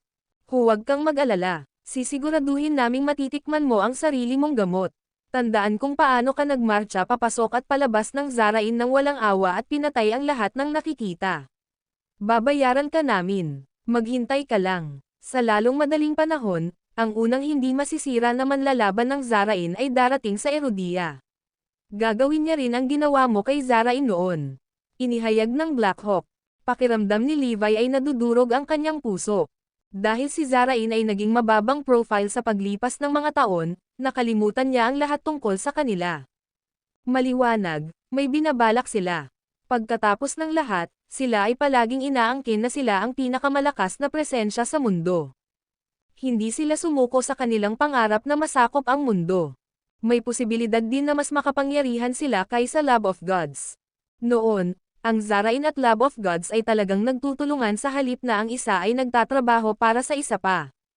Upang gawing maikli, pareho silang mabigat na kaaway ni Levi. Ay, hindi, malungkot ang ekspresyon ni Levi. Ay reenact ba nila ang ginawa ko noon sa Zarain? Ang taong iyon ay talagang maaaring gawin iyon. Ngunit napag-aralan ko na ang Divine Leaderboard, at walang ganoong tao sa Zarain. Dapat ang manlalaban na iyon ang trump card ni Zarain, nakakakilabot yon. Bagamat sinabi ng Dark Web na ilista ang lahat ng mga manlalaban sa mundo, tiyak na napalampas nila ang isang ito. Biglang may sumagi kay Levi. Teka, nasa likod kaya ng stone plaque. Maraming pangalan ang nakaukit doon. Nakilala ni Levi ang ilan sa mga pangalan na nakaukit sa likod ng plaque ng bato, ngunit ang ilan ay hindi pamilyar sa kanya. Palagi niyang iniisip na bahagi sila ng Love of Gods. Siya ay mali, dahil sila ay isang grupo ng mga supernatural na hindi nakalista sa Divine Leaderboard. Ang isa sa kanila ay dapat na ang superior nila lang mula sa Zarain. Kailangan kong malaman kung sino sila. Kabisado ko pa rin ang listahan. Biglang napagtanto ni Levi na may nagbabadyang panganib sa paligid. Sa kabutihang palad, Naabisuhan siya tungkol sa malakas na presensya sa Zarain bago pa man at maaaring maghanda para sa pag-atake. Nakakapangilabot kung aatake sila nang hindi nila nalalaman. Si Blackhawk at ang iba ay natawa. Huwag kang mag-alala. Ito ay magiging isang nakakatakot na tanawin. Hindi na nila hinintay na dumating ang araw na iyon. Cut the crap. Tell me, bakit mo ako kinidnap? Mukhang hindi mo naman ako papatayin, tanong ni Levi. Oo naman. Hindi magiging masaya na kitilin ang iyong buhay. Gusto kong makita mo kung paano nalipol si Erudia. Isang nakakatakot na ngiti ang pinakawalan ni Blackhawk. Dinukot ka namin para mabawi ang 17 kampan na nahuli ni Erudia kanina. Malamang, isa kang kilalang tao sa Erudia. Ikaw ang perpektong hostage para maibalik namin ang aming mga tauhan.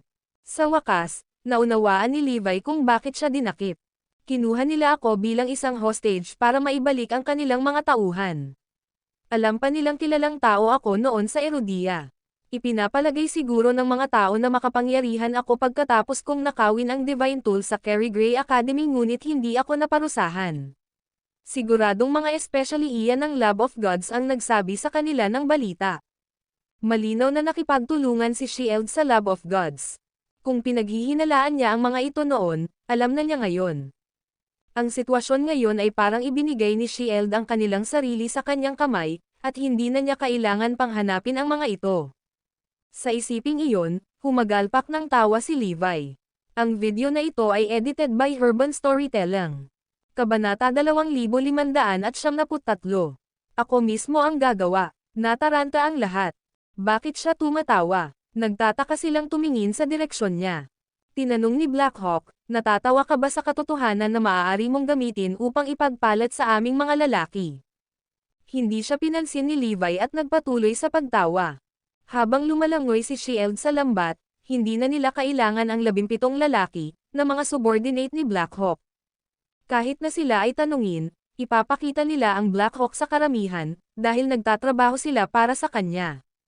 Ngayong naglantad na sina Blackhawk at Shield, hindi na niya kailangan ang 17 lalaki. Kaya naman napangiti si Levi. Makipag-ugnayan sa Carrie Gray Academy ngayon at ipaalam sa kanila ang palitan. Agad na nagtatrabaho si Blackhawk. Hindi nagtagal, nakipag-ugnayan sila kay Daxon. Hiniling nila na palayain ang 17 lalaki kapalit ni Levi. Sinabi nila na si Levi ay isang banta sa kapayapaan sa mundo. Ngumuso si Daxon. Nagtataka siya kung bakit nawala si Levi. Dinukot pala siya ni Blackhawk. Hiniling ni Daxon, ipaalam sa akin na buhay pa ang Crown King. Nang marinig iyon, nakahinga ng maluwag si Blackhawk at iba pa. Sa wakas ay nakumpirma nilang hindi nagsisinungaling si Mr. X sa kanila. Sa katunayan, si Levi ay isang mahalagang figure para sa kanila upang may sagawa ang deal. Here, you can talk to him, sabi ni Blackhawk habang iniaabot ang communication device kay Levi. Tanong ni Daxon, sumasang-ayon ka ba sa palitan? Oo naman. Gusto mo bang mamatay ako sa kamay nila?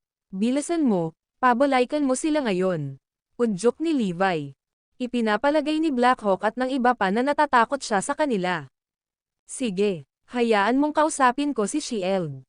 Naintindihan naman agad ni Daxon ang ibig sabihin ni Levi.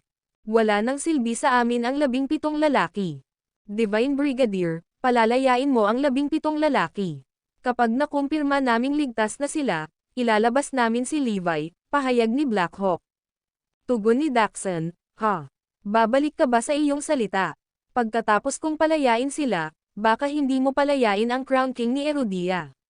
Sinasadya niyang sabihin ito. Binalingan ni Blackhawk si Levi ng mapanlit na tingin. Huwag kang mag-alala, hindi siya katugma sa atin, at maaari nating hulihin anumang oras. Hindi na ako babalik sa sinabi ko. Para sa kanila, si Levi ay isang mahina na maaari nilang hulihin anumang oras. Hindi na kailangang balikan ang kanilang salita dahil sa kanya lang. Bukod dito, kailangan nilang mabuhay si Levi para masaksihan ang mga susunod na mangyayari. Ito ay hindi sapat upang panatilihing nakakulong si Levi. Gusto nilang magdusa siya. Kaya, nagpa siya si Shield na palayain si Levi at pagkatapos ay mahuli siya muli. Ang kanilang plano ay tuyain at baliwalain sina Levi at Erudia. Iyon ay mas mabuti kaysa panatilihin siyang nakakulong. Nang matapos ang negosasyon, pinuntahan ni Daxon ang 17 ahente ng espesyal na puwersa na nahuli at pinabalik sila sa Zarain. Makalipas ang halos 8 oras, dumating sa Zarain ang 17 ahente ng espesyal na puwersa. Ibinalik sila ni Shield sa lokasyon at tiniyak na hindi sila tatanungin o ibunyag ang anumang impormasyon. Lahat ng nasa Shield, lalo na ang Black Hawk, ay nakahinga ng maluwag. Kung tutuusin, hindi niya kayang ilantad sa publiko ang Lab of Gods. Walang makakaalam na sila ay umiiral pa rin. Kailangan natin siyang palayain ngayon. Bumalik si Black Hawk sa training base kung saan nakakulong si Levi. Iniutos niya, i-unlock ang kanyang cuffs at ibalik siya kay Erudia. Walang babala, si Levi ay sumili ng isang misteryosong ngiti. Hindi na kailangan. Ako mismo ang gagawa niyan. With that, nagpapuwersa siya. Boom! Iklik, iklik. Isang nakakatakot na kapangyarihan ang naging sanhi ng pagkaputol-putol ng cuffs.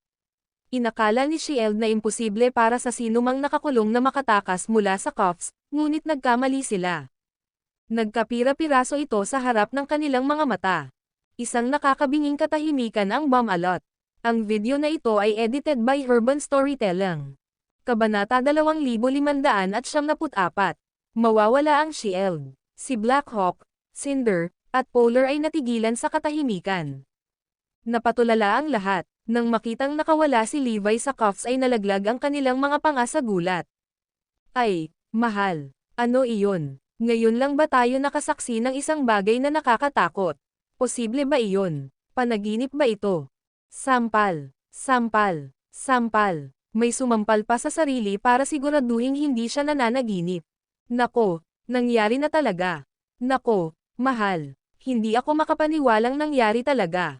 Hindi kailanman sa kanilang pinakamababang panaginip ay hindi nila inaasahan na mangyayari ito, dahil alam nila kung gaano nakakatakot ang mga cuffs. Ang pares ng cuffs ay binuo ni Shield. Wala itong kinalaman sa Lab of Gods, dahil ito ay ganap na pagmamay-ari ni Shield. Walang nakakaalam kung saan nila nakuha ang teknolohiya. Malaki ang posibilidad na sila mismo ang bumuo nito. Ang material ay hindi matagpuan saan man sa mundo, kaya hindi alam kung saan ito nakuha ni Shield. Gayunpaman, maraming beses na silang nag-eksperimento dito. Kapag na-cuff ang isang lalaki, hindi niya ito maa-unlock ng walang susi. Noong nabubuhay pa si Karsten, sinubukan nila ito sa kanya, at hindi niya ito ma-unlock mismo. Kahit na ang 3 manlalaban na nirerango sa Divine Leaderboard ay hindi makakawala sa cuffs. Kaya, ito ang kanilang pinakamahalagang pag-aari. Kaya, pinangalanan nila ito bilang, The Infrangible Handcuffs. Sa kanilang lubos na pagkabigla, pinitik lang ni Levi ang kanyang mga palso at madaling winasak ang The Infrangible Handcuffs. Hindi lang nila maisip kung gaano siya kalakas. Diyos ba siya? Paano niya nabasa ang mga pulsas na gawa sa hindi nababasag na material? Ni hindi man lang nila narinig ang pagkakaroon ng sinumang tulad niya. Sandali lang. Si Levi ang pinag-uusapan dito. Isa siyang mahina na hindi man lang nakapasok sa Provisional Leaderboard. Totoo ba ang mga chismis? Siya ay sapat na makapangyarihan upang mag-rank sa Divine Leaderboard. Sa katunayan, lampas na siya sa Divine Leaderboard. Sino ang nagpakalat ng chismis? Sa wakas, alam nilang isang pagkakamali na ipalagay na si Levi ay isang wimp na maaari nilang ay bully. Hindi uubra ang una nilang plano na makipaglokohan sa kanya, dahil hindi sila magkatugma sa kanya. Namulat ang pag-unawa, at pakiramdam nila ay sasabog na ang kanilang mga ulo sa sobrang dami ng impormasyon. Sa wakas, naunawaan nila kung bakit hindi lumaban si Levi nang mahuli siya ng 8 ahente ng espesyal na puwersa. Sinadya niya itong sinundan dito para makita kung ano ang nangyayari dito. Sa madaling salita, nalinlang sila. Naalala ni Black Hawk kung paano dinukot ni Levi ang kanyang mga tauhan. Naalala niya ang pag-uusap ni na Levi at Daxon. Si Daxon ay talagang humihingi ng opinyon ni Levi sa halip na kumpirmahin na siya ay buhay. Sa wakas, naging makabuluhan ang mga salita ni Mr. X. Iginagalang si Levi dahil isa siyang taong may kakayahan. Ang lahat ay naging perpektong kahulugan ngayon. Ang 17 lalaki ay hindi tinanong, ngunit inilantad nila ang kanilang sarili. Iyon ay isang bagay na hindi nakuha ni Erudia kahit na pagkatapos na tanungin ang 17 lalaki. Matapos sirain ang mga posas, umupo si Levi at ngumisi. Pipindutan na sana ni Cinder ang alarm button nang pigilan siya ni Blackhawk. Hindi. Kahit na malaman ito ng lahat sa Shield, hindi namin siya mapipigilan. Bukod dito, ang mga kahihinatnan ay magiging kakilakilabot. Mawawala ang kalasag sa balat ng lupa dahil lipulin niya tayo. Walang silbi ang pagpindot sa pindutan. Hayag niya sa nanginginig na boses. Dahil sapat ang lakas ni Levi para sirain ang The Infrangible Handcuffs, pinipigilan ito na sapat din ang kanyang lakas para panasan si Shield. Ang video na ito ay edited by Herban Storytelling. Kabanata 2575. Paghahanap ng Lab of Gods. Tumawa si Levi. Matalino kang unawain ang sitwasyon. Dapat may ulterior motive ka para makidnap ng mga tauhan ko. Madali para sa iyo na patayin kaming lahat, tugon ni Blackhawk. Ikaw ang dumukot sa 17 kampan ko, tama ba? Oo, tama. Ako ang kumidnap sa kanila. Wala akong ideya na dinukot mo ako para maibalik sila. Sinabi sa iyo ng Lab of Gods na mahalaga ako kay Erudia at maaari mo akong ialok na kapalit ng iyong mga tauhan, di ba?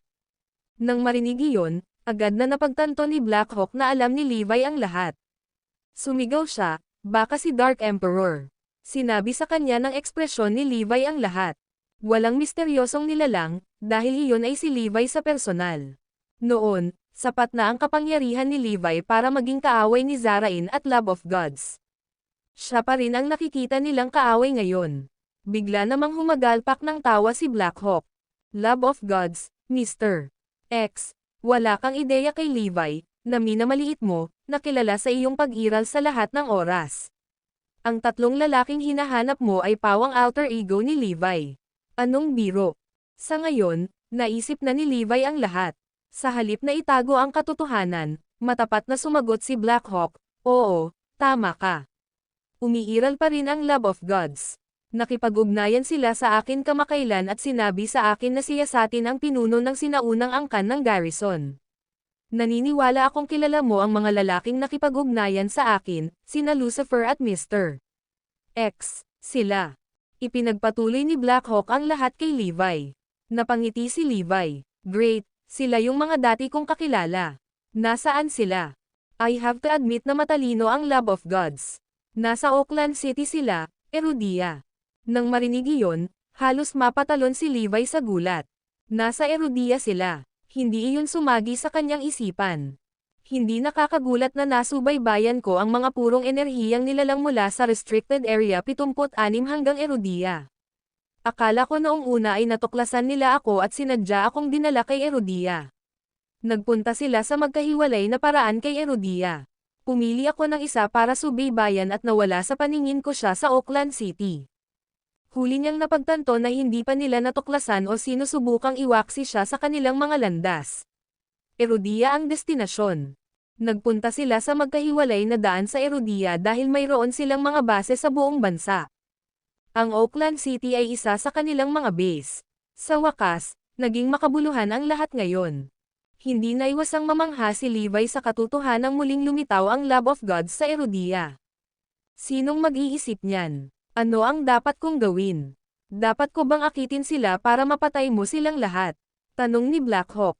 Umiling si Levi. Hindi sa ngayon. Magpanggap na walang nangyari at makipag-ugnayan sa Lab of Gods. Ipapaalam ko sa iyo kapag kailangan ko ng tulong mo. Nagtataka ako kung gaano kalakas ngayon ang Lab of Gods. Hindi magandang ideya na kumilos ng walang ingat. Bukod sa akin, wala akong iniisip na ibang tao na may sapat na kakayahan upang labanan ang Lab of Gods. Nais ni Levi na panasan ang Lab of Gods ng mag-isa, ngunit nag-aalala siya kung ano ang mangyayari kung hindi niya magagawa iyon. Kaya, kailangan niyang tiyakin na ito ay isang walang kabuluhang plano. Kailangan niyang sanayin ang mas maraming lalaki, at dagdagan ang kanyang sariling lakas at mga trumpeta para labanan ang Lab of Gods. Bukod doon, kailangan din niyang malaman kung gaano kahusay ang Lab of Gods, at kung ano ang kanilang pinaplano. Pagkatapos ng lahat, kilalanin ang iyong sarili at kilalanin ang iyong mga kaaway, ay ang sikreto sa tagumpay. Kaya niyang pumatay ng mahinang kaaway sa isang suntok. Gayunpaman, dahil ito ay nag-aalala sa isang hindi kilalang kaaway, hindi gugustuhin ni Levi na lumaban sa isang hindi handa na labanan. Biglang napalingon si Levi kay Blackhawk. Siyempre, maaari mong sabihin sa Lab of Gods ang tungkol sa akin. Ang video na ito ay edited by Urban Storytelling. Kabanata 2576. Hint mula sa Blackhawk. Umiling si Blackhawk. Hindi ako tanga. Ang gusto ko lang ay manatiling buhay. Sigurado akong papatayin nila ako kung sasabihin ko sa kanila ang tungkol sa iyo. Kung ang magkabilang panig ay darating para sa akin, mapapahamak ako. Siya ay sapat na matalino upang magpasakop kay Levi pagkatapos timbangin ang mga kalamangan at kahinaan. Ngumiti si Levi. Natutuwa akong takot kang mamatay. Kung hindi ka duwag, hindi ko matutupad ang plano ko. Sinulyapan niya ang iba. Siyempre, hindi ako magtitiwala sa iyo ng buong puso. Ang aking mga tauhan ay magbabantay sa iyo at sa iyong pamilya sa lahat ng oras. Ganon din sa lahat ng tao dito. Namutla ang lahat sa takot. Nakakatakot malaman na may magbabantay sa iyo sa buong oras. Alam nilang kayang gawin iyon ni Levi. Gayunpaman, hindi nila alam na nagsisinungaling si Levi. Hindi niya gustong ipadala ang kanyang mga tauhan para bantayan sila. Ang kanyang mga salita ay nagpatigil sa kanila sa katahimikan. Pag-aari ba ang iyong kagamitan sa Lab of Gods? Tanong ni Levi. Tumanggaw si Blackhawk. Oo, no wonder parang iba sa meron sa iba. Ibigay mo sa akin para mapag-aralan ko, sabi ni Levi. Ibinigay ni Blackhawk ang kagamitan sa kanya ng masunurin. Sa huli, pinabalik ni Shield si Levi kay Erudia. Agad na nakipag-ugnayan ang Blackhawk sa Lab of Gods at ipinaalam kay Mr. X ang tungkol sa development. Mr. X, parang iba si Levi ngayon, kusa niyang sabi. Oo, kalaban natin siya dati, kaya iba na siya ngayon. Ni hindi ako interesadong wakasan ang buhay niya. Sagot ni Mr. X, maliwanag, hindi niya naintindihan ang pahiwatig ni Blackhawk. Ang isa ay hindi mag-iisip ng iba. Mag-ingat ka sa investigasyon mo. Naniniwala akong napansin ka ng sinaunang Garrison clan. Nadismaya si Mr. X, dahil hindi ito nagawa ni Shield. Makakaasa lang siya sa senior disciple. Sa kabilang banda, pinalibutan ni Zoe at ng iba pa si Levi sa kanyang pagdating. Gusto nilang malaman kung nasaktan si Levi. Sa katunayan, karamihan sa kanila ay gustong makita si Levi na magpakatanga. Gayunpaman, hindi nabibigla ang mga estudyante ni Levi. Alam nilang walang sino man ang may sapat na kakayahan na dukutin ang kanilang guro. Bagamat hindi sila sigurado sa nangyari, sigurado sila na hinayaan ni Levi ang sarili na dukutin. Sa pamamagitan nito, pinangunahan ni Levi ang kanyang mga club pabalik sa kanilang lugar. Bumalik ka sa pagsasanay. Kailangan mong pumasok sa nag-iisang pagsasanay. Walang makakapidyo sa iyo sa pagsasanay. Matapos malaman ang tungkol sa Lab of Gods, alam ni Levi na wala ng maraming oras pa. Kailangan niyang magmadali. Inutusan niya ang kanyang mga estudyante na mag-focus sa pagsasanay. Pagkatapos nito, inipon niya si Daxon at ang iba pa. By the way, na-master na ba ni Edmund ang Iron Golem Technique? Tanong ni Levi. Kung marunong si Edmund sa Iron Golem Technique, malaking tulong ito. Umiling si Daxon. Hindi ko alam. Halika na. Alamin natin. Pumunta sina Levi at Daxon sa lugar kung saan nagte-training si Edmund. Mula sa malayo, may naririnig silang bulungan. Mukhang malapit na niyang maabot ang level 8. Maliwanag, si Edmund ay nagtatrabaho ng husto. Matapos matanggap ang patnubay ni Levi, sinisikap na niyang makamit ang level 8. Ito ay hindi kapanipaniwala. Isang proud na ngiti si Daxon sa nagawa ng anak. Gayunpaman, kumunat ang noo ni Levi. Napakabagal niya. Akala ko ay susubukan niyang makamit ang level 9 sa ngayon. Nako, level 8 pa lang siya. Inutusan ni Levi si Edmund at marami itong itinuro para makarating siya sa kinalalagyan niya ngayon. Ang video na ito ay edited by Urban Storytelling. Kabanata 2577. Paglikha ng mga fighter. Maraming nakinabang si Edmund sa kanyang mga turo. Pagkatapos ng lahat, ganap na na-master ni Levi ang Iron Golem Technique. Sa tulong niya, hindi na kailangang gumawa ng anumang antas ng hakbang ni Edmund at madaling maabot ang level 8. Gayunpaman, mahirap para sa kanya na makapasok sa level 9 sa napakaikling panahon. Kaya naman, hindi niya matugunan ang pangangailangan ni Levi sa ngayon. Huli na, naisip kong sanayin sila sandali bago pumili ng mga bagong talento. Ngayon, kailangan kong isagawa ng maaga ang aking plano. Isang kompetisyon ang magaganap makalipas ang 7 araw. Kukunin ko ang posisyon ng Dark Emperor at ang dalawa pa para pumili ng mga bagong talento. Sasanayin ko ng personal ang mga bagong recruit. Anunsyo ni Levi. Nakuha ko. Tumanggaw si Daxon. Sa sandaling lumabas ang balita, ang Carrie Gray Academy ay sumabog sa sobrang galit. Isang buwan nang nandito ang lahat. Kanina pa nila hinihintay na personal silang turuan ng Chancellor at ng 2 Vice Chancellor, at malapit nang magkatotoo ang kanilang hiling. Nagsimulang magsigawan ang lahat sa tuwa. Maging ang mga especially iyan na ipinadala ng Lab of Gods ay nasa sabik, dahil naghihintay silang makilala si Dark Emperor at ang dalawa pa. Matapos bisitahin si Edmund, pinuntahan ni Levi sina Donald at Tyrone. Sila ay may sapat na talento upang mabilis na umunlad pagkatapos ng patnubay mula kay Levi. Nagkaroon ng magandang pagkakataon para sa kanilang dalawa na maging super fighters Levi needed. Gayunpaman, magtatagal bago iyon mangyari. Matapos maramdaman ang panganib, iniisip na ni Levi kung paano bumuo ng mga super fighters sa pinakamaikling panahon na posible. Sa ngayon, sapat na ang Death Fiend at ang iba pa, dahil naubos na nila ang dugo ng mga Diyos mula sa Restricted Area 76. Gayunpaman, hindi nila lubos na maabsorb ang kapangyarihan. Ngunit hindi sapat ang mga super fighter. Ang mga lalaki na mayroon siya ay malayo pa sa sapat, kaya sila ay magiging mga kanyan kapag nagkaroon ng away. Kailangan niya ng super fighters para takutin ang kalaban. Nagpasya si Levi na gamitin ang lahat ng mga mali na nakuha niya mula sa Restricted Area 76 upang lumikha ng mga manlalaban. May isang taong kailangan pa niya. Pumunta si Levi sa Northampton para malaman kung kumusta na sina Cyrus, Mia, at Winona. Mahina at lumiliit ang aura ni Cyrus. Para siyang kandilang malapit ng mamatay. Na ang ibig sabihin ay isa lang ang ibig sabihin nito, nag-ana ang pagsasanay ni Cyrus. Malapit na siyang maging super fighter. Iyon talaga ang gusto ni Levi. Nagpakita ng mga resulta ang pagsasanay ni Cyrus. Kahit na hindi siya kasing talino ni Levi, ipinakita niya ang kanyang potensyal at talento. Sa katunayan, siya ang pinakamalakas sa kanyang larangan. Kung matagumpay ang kanyang nag-iisa na pagsasanay, nangunguna siya sa Divine Leaderboard. Gayunpaman, syempre, hindi siya magiging katugma ni Levi. Natuwa si Levi sa mga resulta. Hangin na ang aura ni Mia kaya kung saan-saan na rin siya napupunta. Ipinakita nito na lubos niyang naunawaan ang mga pangunahing pamamaraan.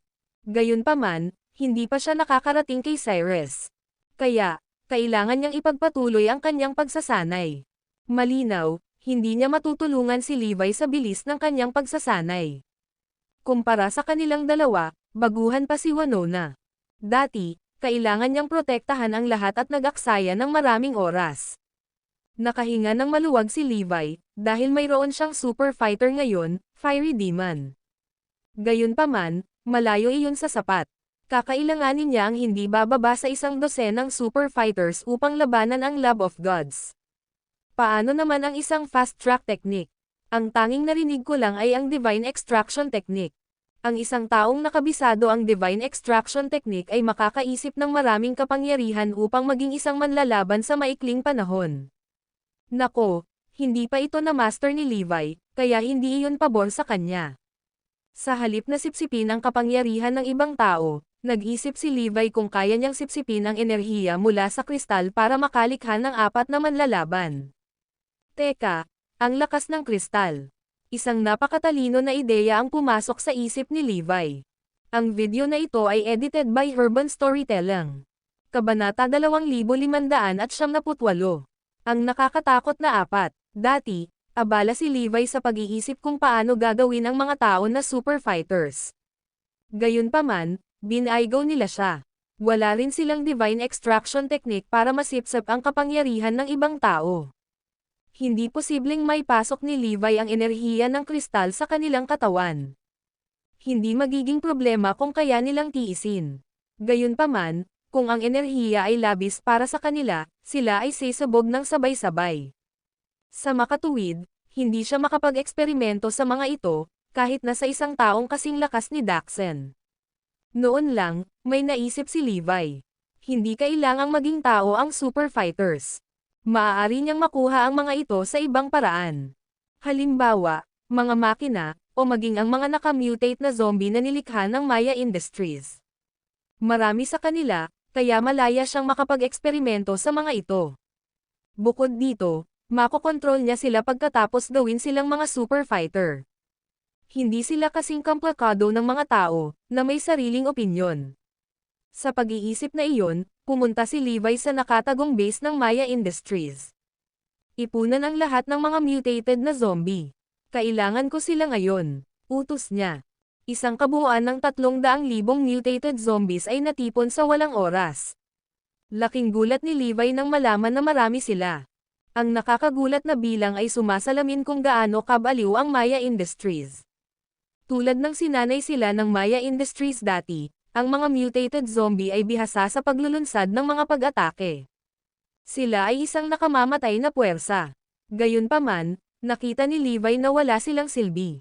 Alam na ng Lab of Gods ang kanilang pag-iral, kaya hindi magiging banta sa kanila ang mga mutated zombies. At saka, Lab of Gods ang lumabas kasama ang Mutated Zombie Project. Pinlano nilang gamitin ito sa malalaking buhay na nilalang, ngunit ginamit ng Maya Industries ang teknolohiya sa mga tao sa halip. Hindi na ito mahalaga kay Levi, dahil hindi matutuklasan ng Lab of Gods kung ano ang kanyang plano.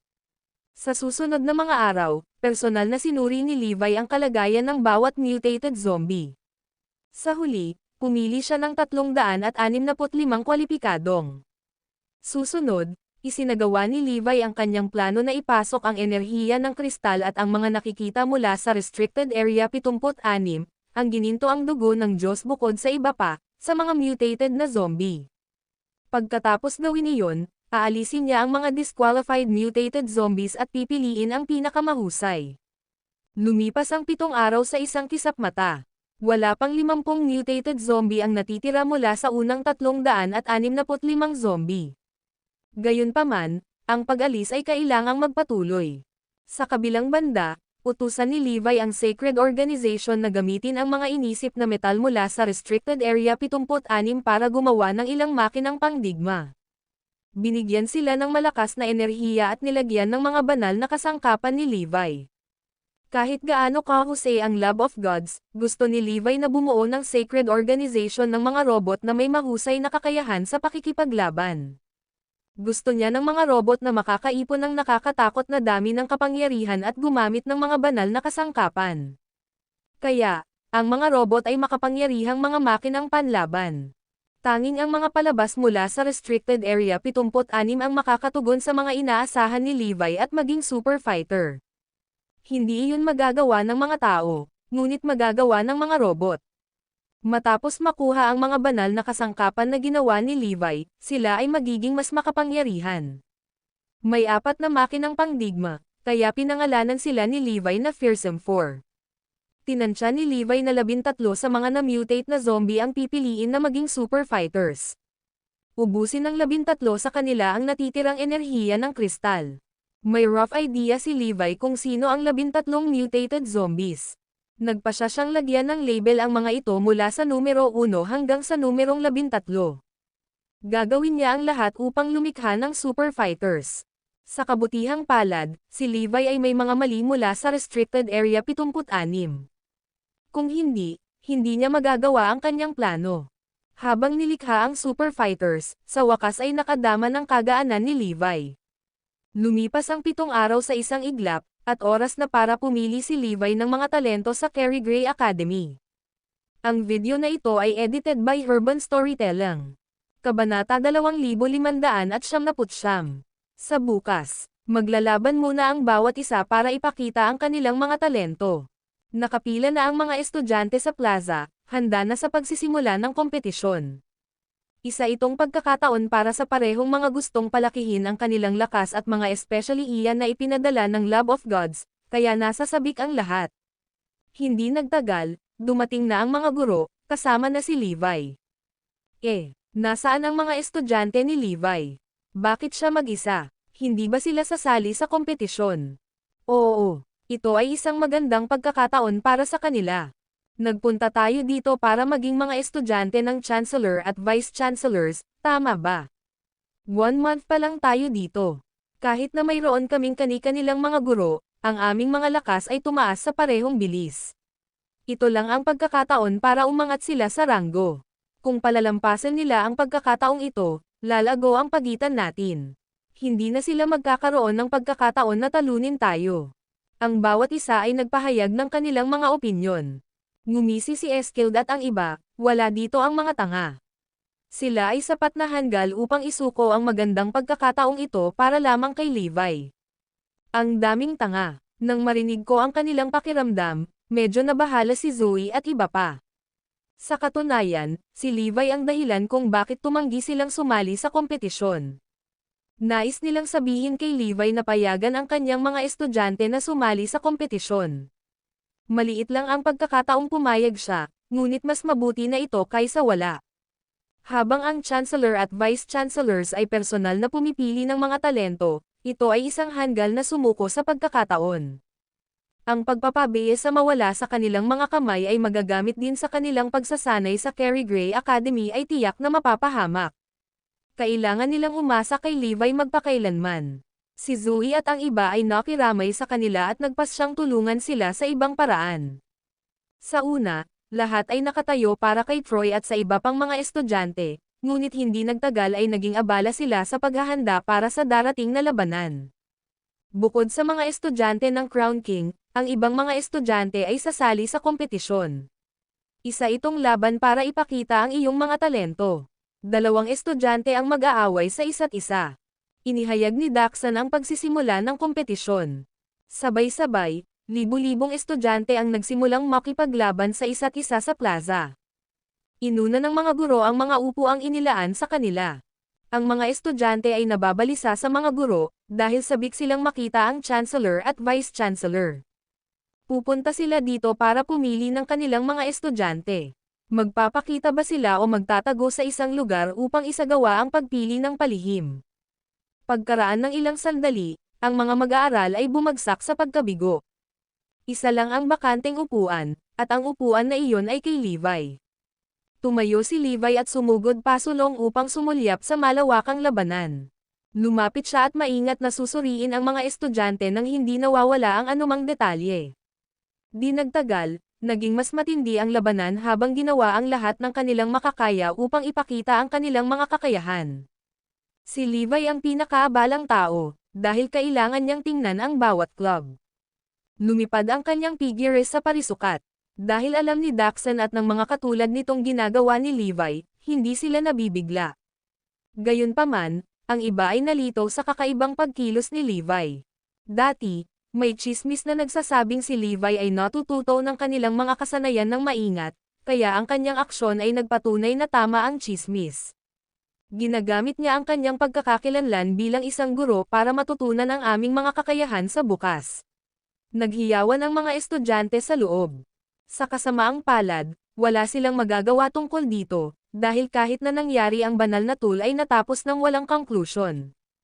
Habang nakikipaglaban sila sa mga kalaban, hindi nakalimutan ni Zoe at ng mga katulad niya na nakita si Levi. Alam nila na siya ay isang mapagmataas na tao at ginagawa ito upang madagdagan ang kanyang lakas. Ang iba ay natiis ang kanyang mga kalokohan, ngunit ang ilan ay tumanggi na dalhin ito sa paghiga, lalo na kapag hindi nila alam kung nasaan ang mga chancellor. Umungol si Gerhard, kaya mo bang mag-scrum? Nakakaapekto ka sa performance ko. Kant. Ang video na ito ay edited by Urban Storytelling. Kabanata 2600. Pag-aaksaya ng oras. Sina Gerhard at Eskild ay mga especially iya na kailangang patunayan ang kanilang sarili para mapili sila ni Dark Emperor. Iyon lang ang paraan para makumplito nila ang kanilang misyon. Gayunpaman, gumagala si Levi at ginulo sila. Kaya naman, hindi na kinaya ni Gerhard at ng mga kagaya nito. Hindi nagtagal, huminto ang mas maraming estudyante at inakusahan si Levi na ginulo sila. Hiniling nila kay Levi na umalis sa plaza. Napatingin si Levi kay Gerhard at sinabing, "Huwag kang mag-alala. Hindi ka naman mapipili. Sino ka sa tingin mo? Hindi ikaw ang gumagawa ng mga pagpipilian. Bakit ako magtitiwala sa iyo? Tumanggaw si Gerhard. Lumabas ka. Nakakaapekto ka sa performance namin. Galit na sigaw ng iba. Kung madali kang ma-distract, bakit ka namin pipiliin? Sigurado ka bang hindi ka maabala sa labanan sa hinaharap? Makikipaglaban ka ba sa kaaway ng isa-isa? Hihilingin mo ba sa kalaban na huwag kang gambling? Hindi alintana ni Levi kung akusahan siya ng mga especially iya, ngunit nagalit siya nang marinig ang iba pang mga estudyante na nagbabahagi ng kanilang mga damdamin. Kung sila ay madaling magambala, walang paraan na maaari nilang pasanin ang responsibilidad. Kahit gaano pa sila katalino, mahina pa rin sila. Hindi sila pipiliin ni Levi. Pinagmasdan niya sila at ang iba pang nakatutok sa kanilang mga laban. Hoy, Levi, ang mga guro ay nasa kanilang mga upuan, maliban sa iyo, na dumating sa amin upang lumikha ng kaguluhan. Kahit na gusto mong matutunan ang kanilang mga kasanayan, hindi mo dapat ginagawa iyon ngayon. Una, naapektuhan mo sila, pagganap. Pangalawa, ang Chancellor at Vice Chancellors ay gumagawa ng mga pagpipilian na aapektuhan mo rin sila. Bulyo ni Azure. Pinandilatan niya si Levi at sinabing, huwag mong sabihin na ang mga distraction ay nasa lahat ng dako sa digmaan. Kung ang isang tulad mo ay makagambala sa akin sa larangan ng digmaan, ilalabas kita bago pumunta sa kalaban. Pero hindi ko magagawa iyon ngayon. Ang kanyang mga salita ay may katuturan, kaya lahat ng iba ay nakiisa upang magprotesta. Tumigil ka na sa pagsasalita ng kalokohan. Ang Chancellor at Vice Chancellors ang pumipili ng mga talento, hindi ikaw. Napangiti si Levi, dahil pipili siya ng mga talento. Naglibot-libot siya sa plaza para pumili ng mga angkop na kandidato. Kung mas malalim ang kanyang pinag-aralan, mas detalyado ang kanyang pagpili. Sige, itigil ang pakikipag-away. Tandaan, baka binabantayan tayo ng Chancellor at Vice Chancellors. Kung titigil ka, baka makaapekto sa performance mo, paalala ni Zoe. Nang marinig iyon, bumalik ang lahat sa realidad at agad na ipinagpatuloy ang pakikipaglaban. Hindi na mahalaga si Levi, at hindi na siya nakakagambala. Kung tutuusin, mas mahalaga na ipakita ang kanilang mga kakayahan sa Chancellor at Vice Chancellors. Nagpatuloy ang labanan, at ginawa ang lahat ng kanilang makakaya. Sa wakas, natapos ni Levi ang kanyang pagmamasid at naunawaan ang bawat estudyante. Siya ay gumawa ng kanyang mga pagpipilian. Imposibleng lumikha ng mga super fighter na makatugon sa kanyang mga inaasahan, ngunit maaari silang maging mga super fighter sa hinaharap. Itinuro ng mga guro ang lahat ng kanilang mga kasanayan sa kani-kanilang mga mag-aaral sa nakalipas na buwan, at ang mga mag-aaral ay may mga pangunahing kasanayan. Kailangan lang nilang turuan at sanayin sila ni Levi para ma-master nila ang kani-kanilang kakayahan para maging malakas na manlalaban tulad ni Daxon at Eustace. Ang labanan ay patuloy pa rin, para sa lahat ay nais na higaitan ang iba. Nagsimula ito sa one-on-one na tunggalian ngunit unti-unting umakyat sa isang estudyante laban sa maraming estudyante. Ang mga especially iya ay nauwi sa pakikipaglaban sa ilang daang kalaban bawat isa. Kung maaari, papawiin nila ang lahat upang makuha ang kanilang layunin. Nako, wala silang ideya na ang kanilang mga pagsisikap ay walang kabuluhan. Walang interesado sa kanila, dahil ang taong narito upang pumili ng mga talento ay umikot sa kanyang mga takong upang umalis. Umalis si Levi sa crowd at pumunta sa stage. Inanunsyo niya, sige, pwede ka nang tumigil.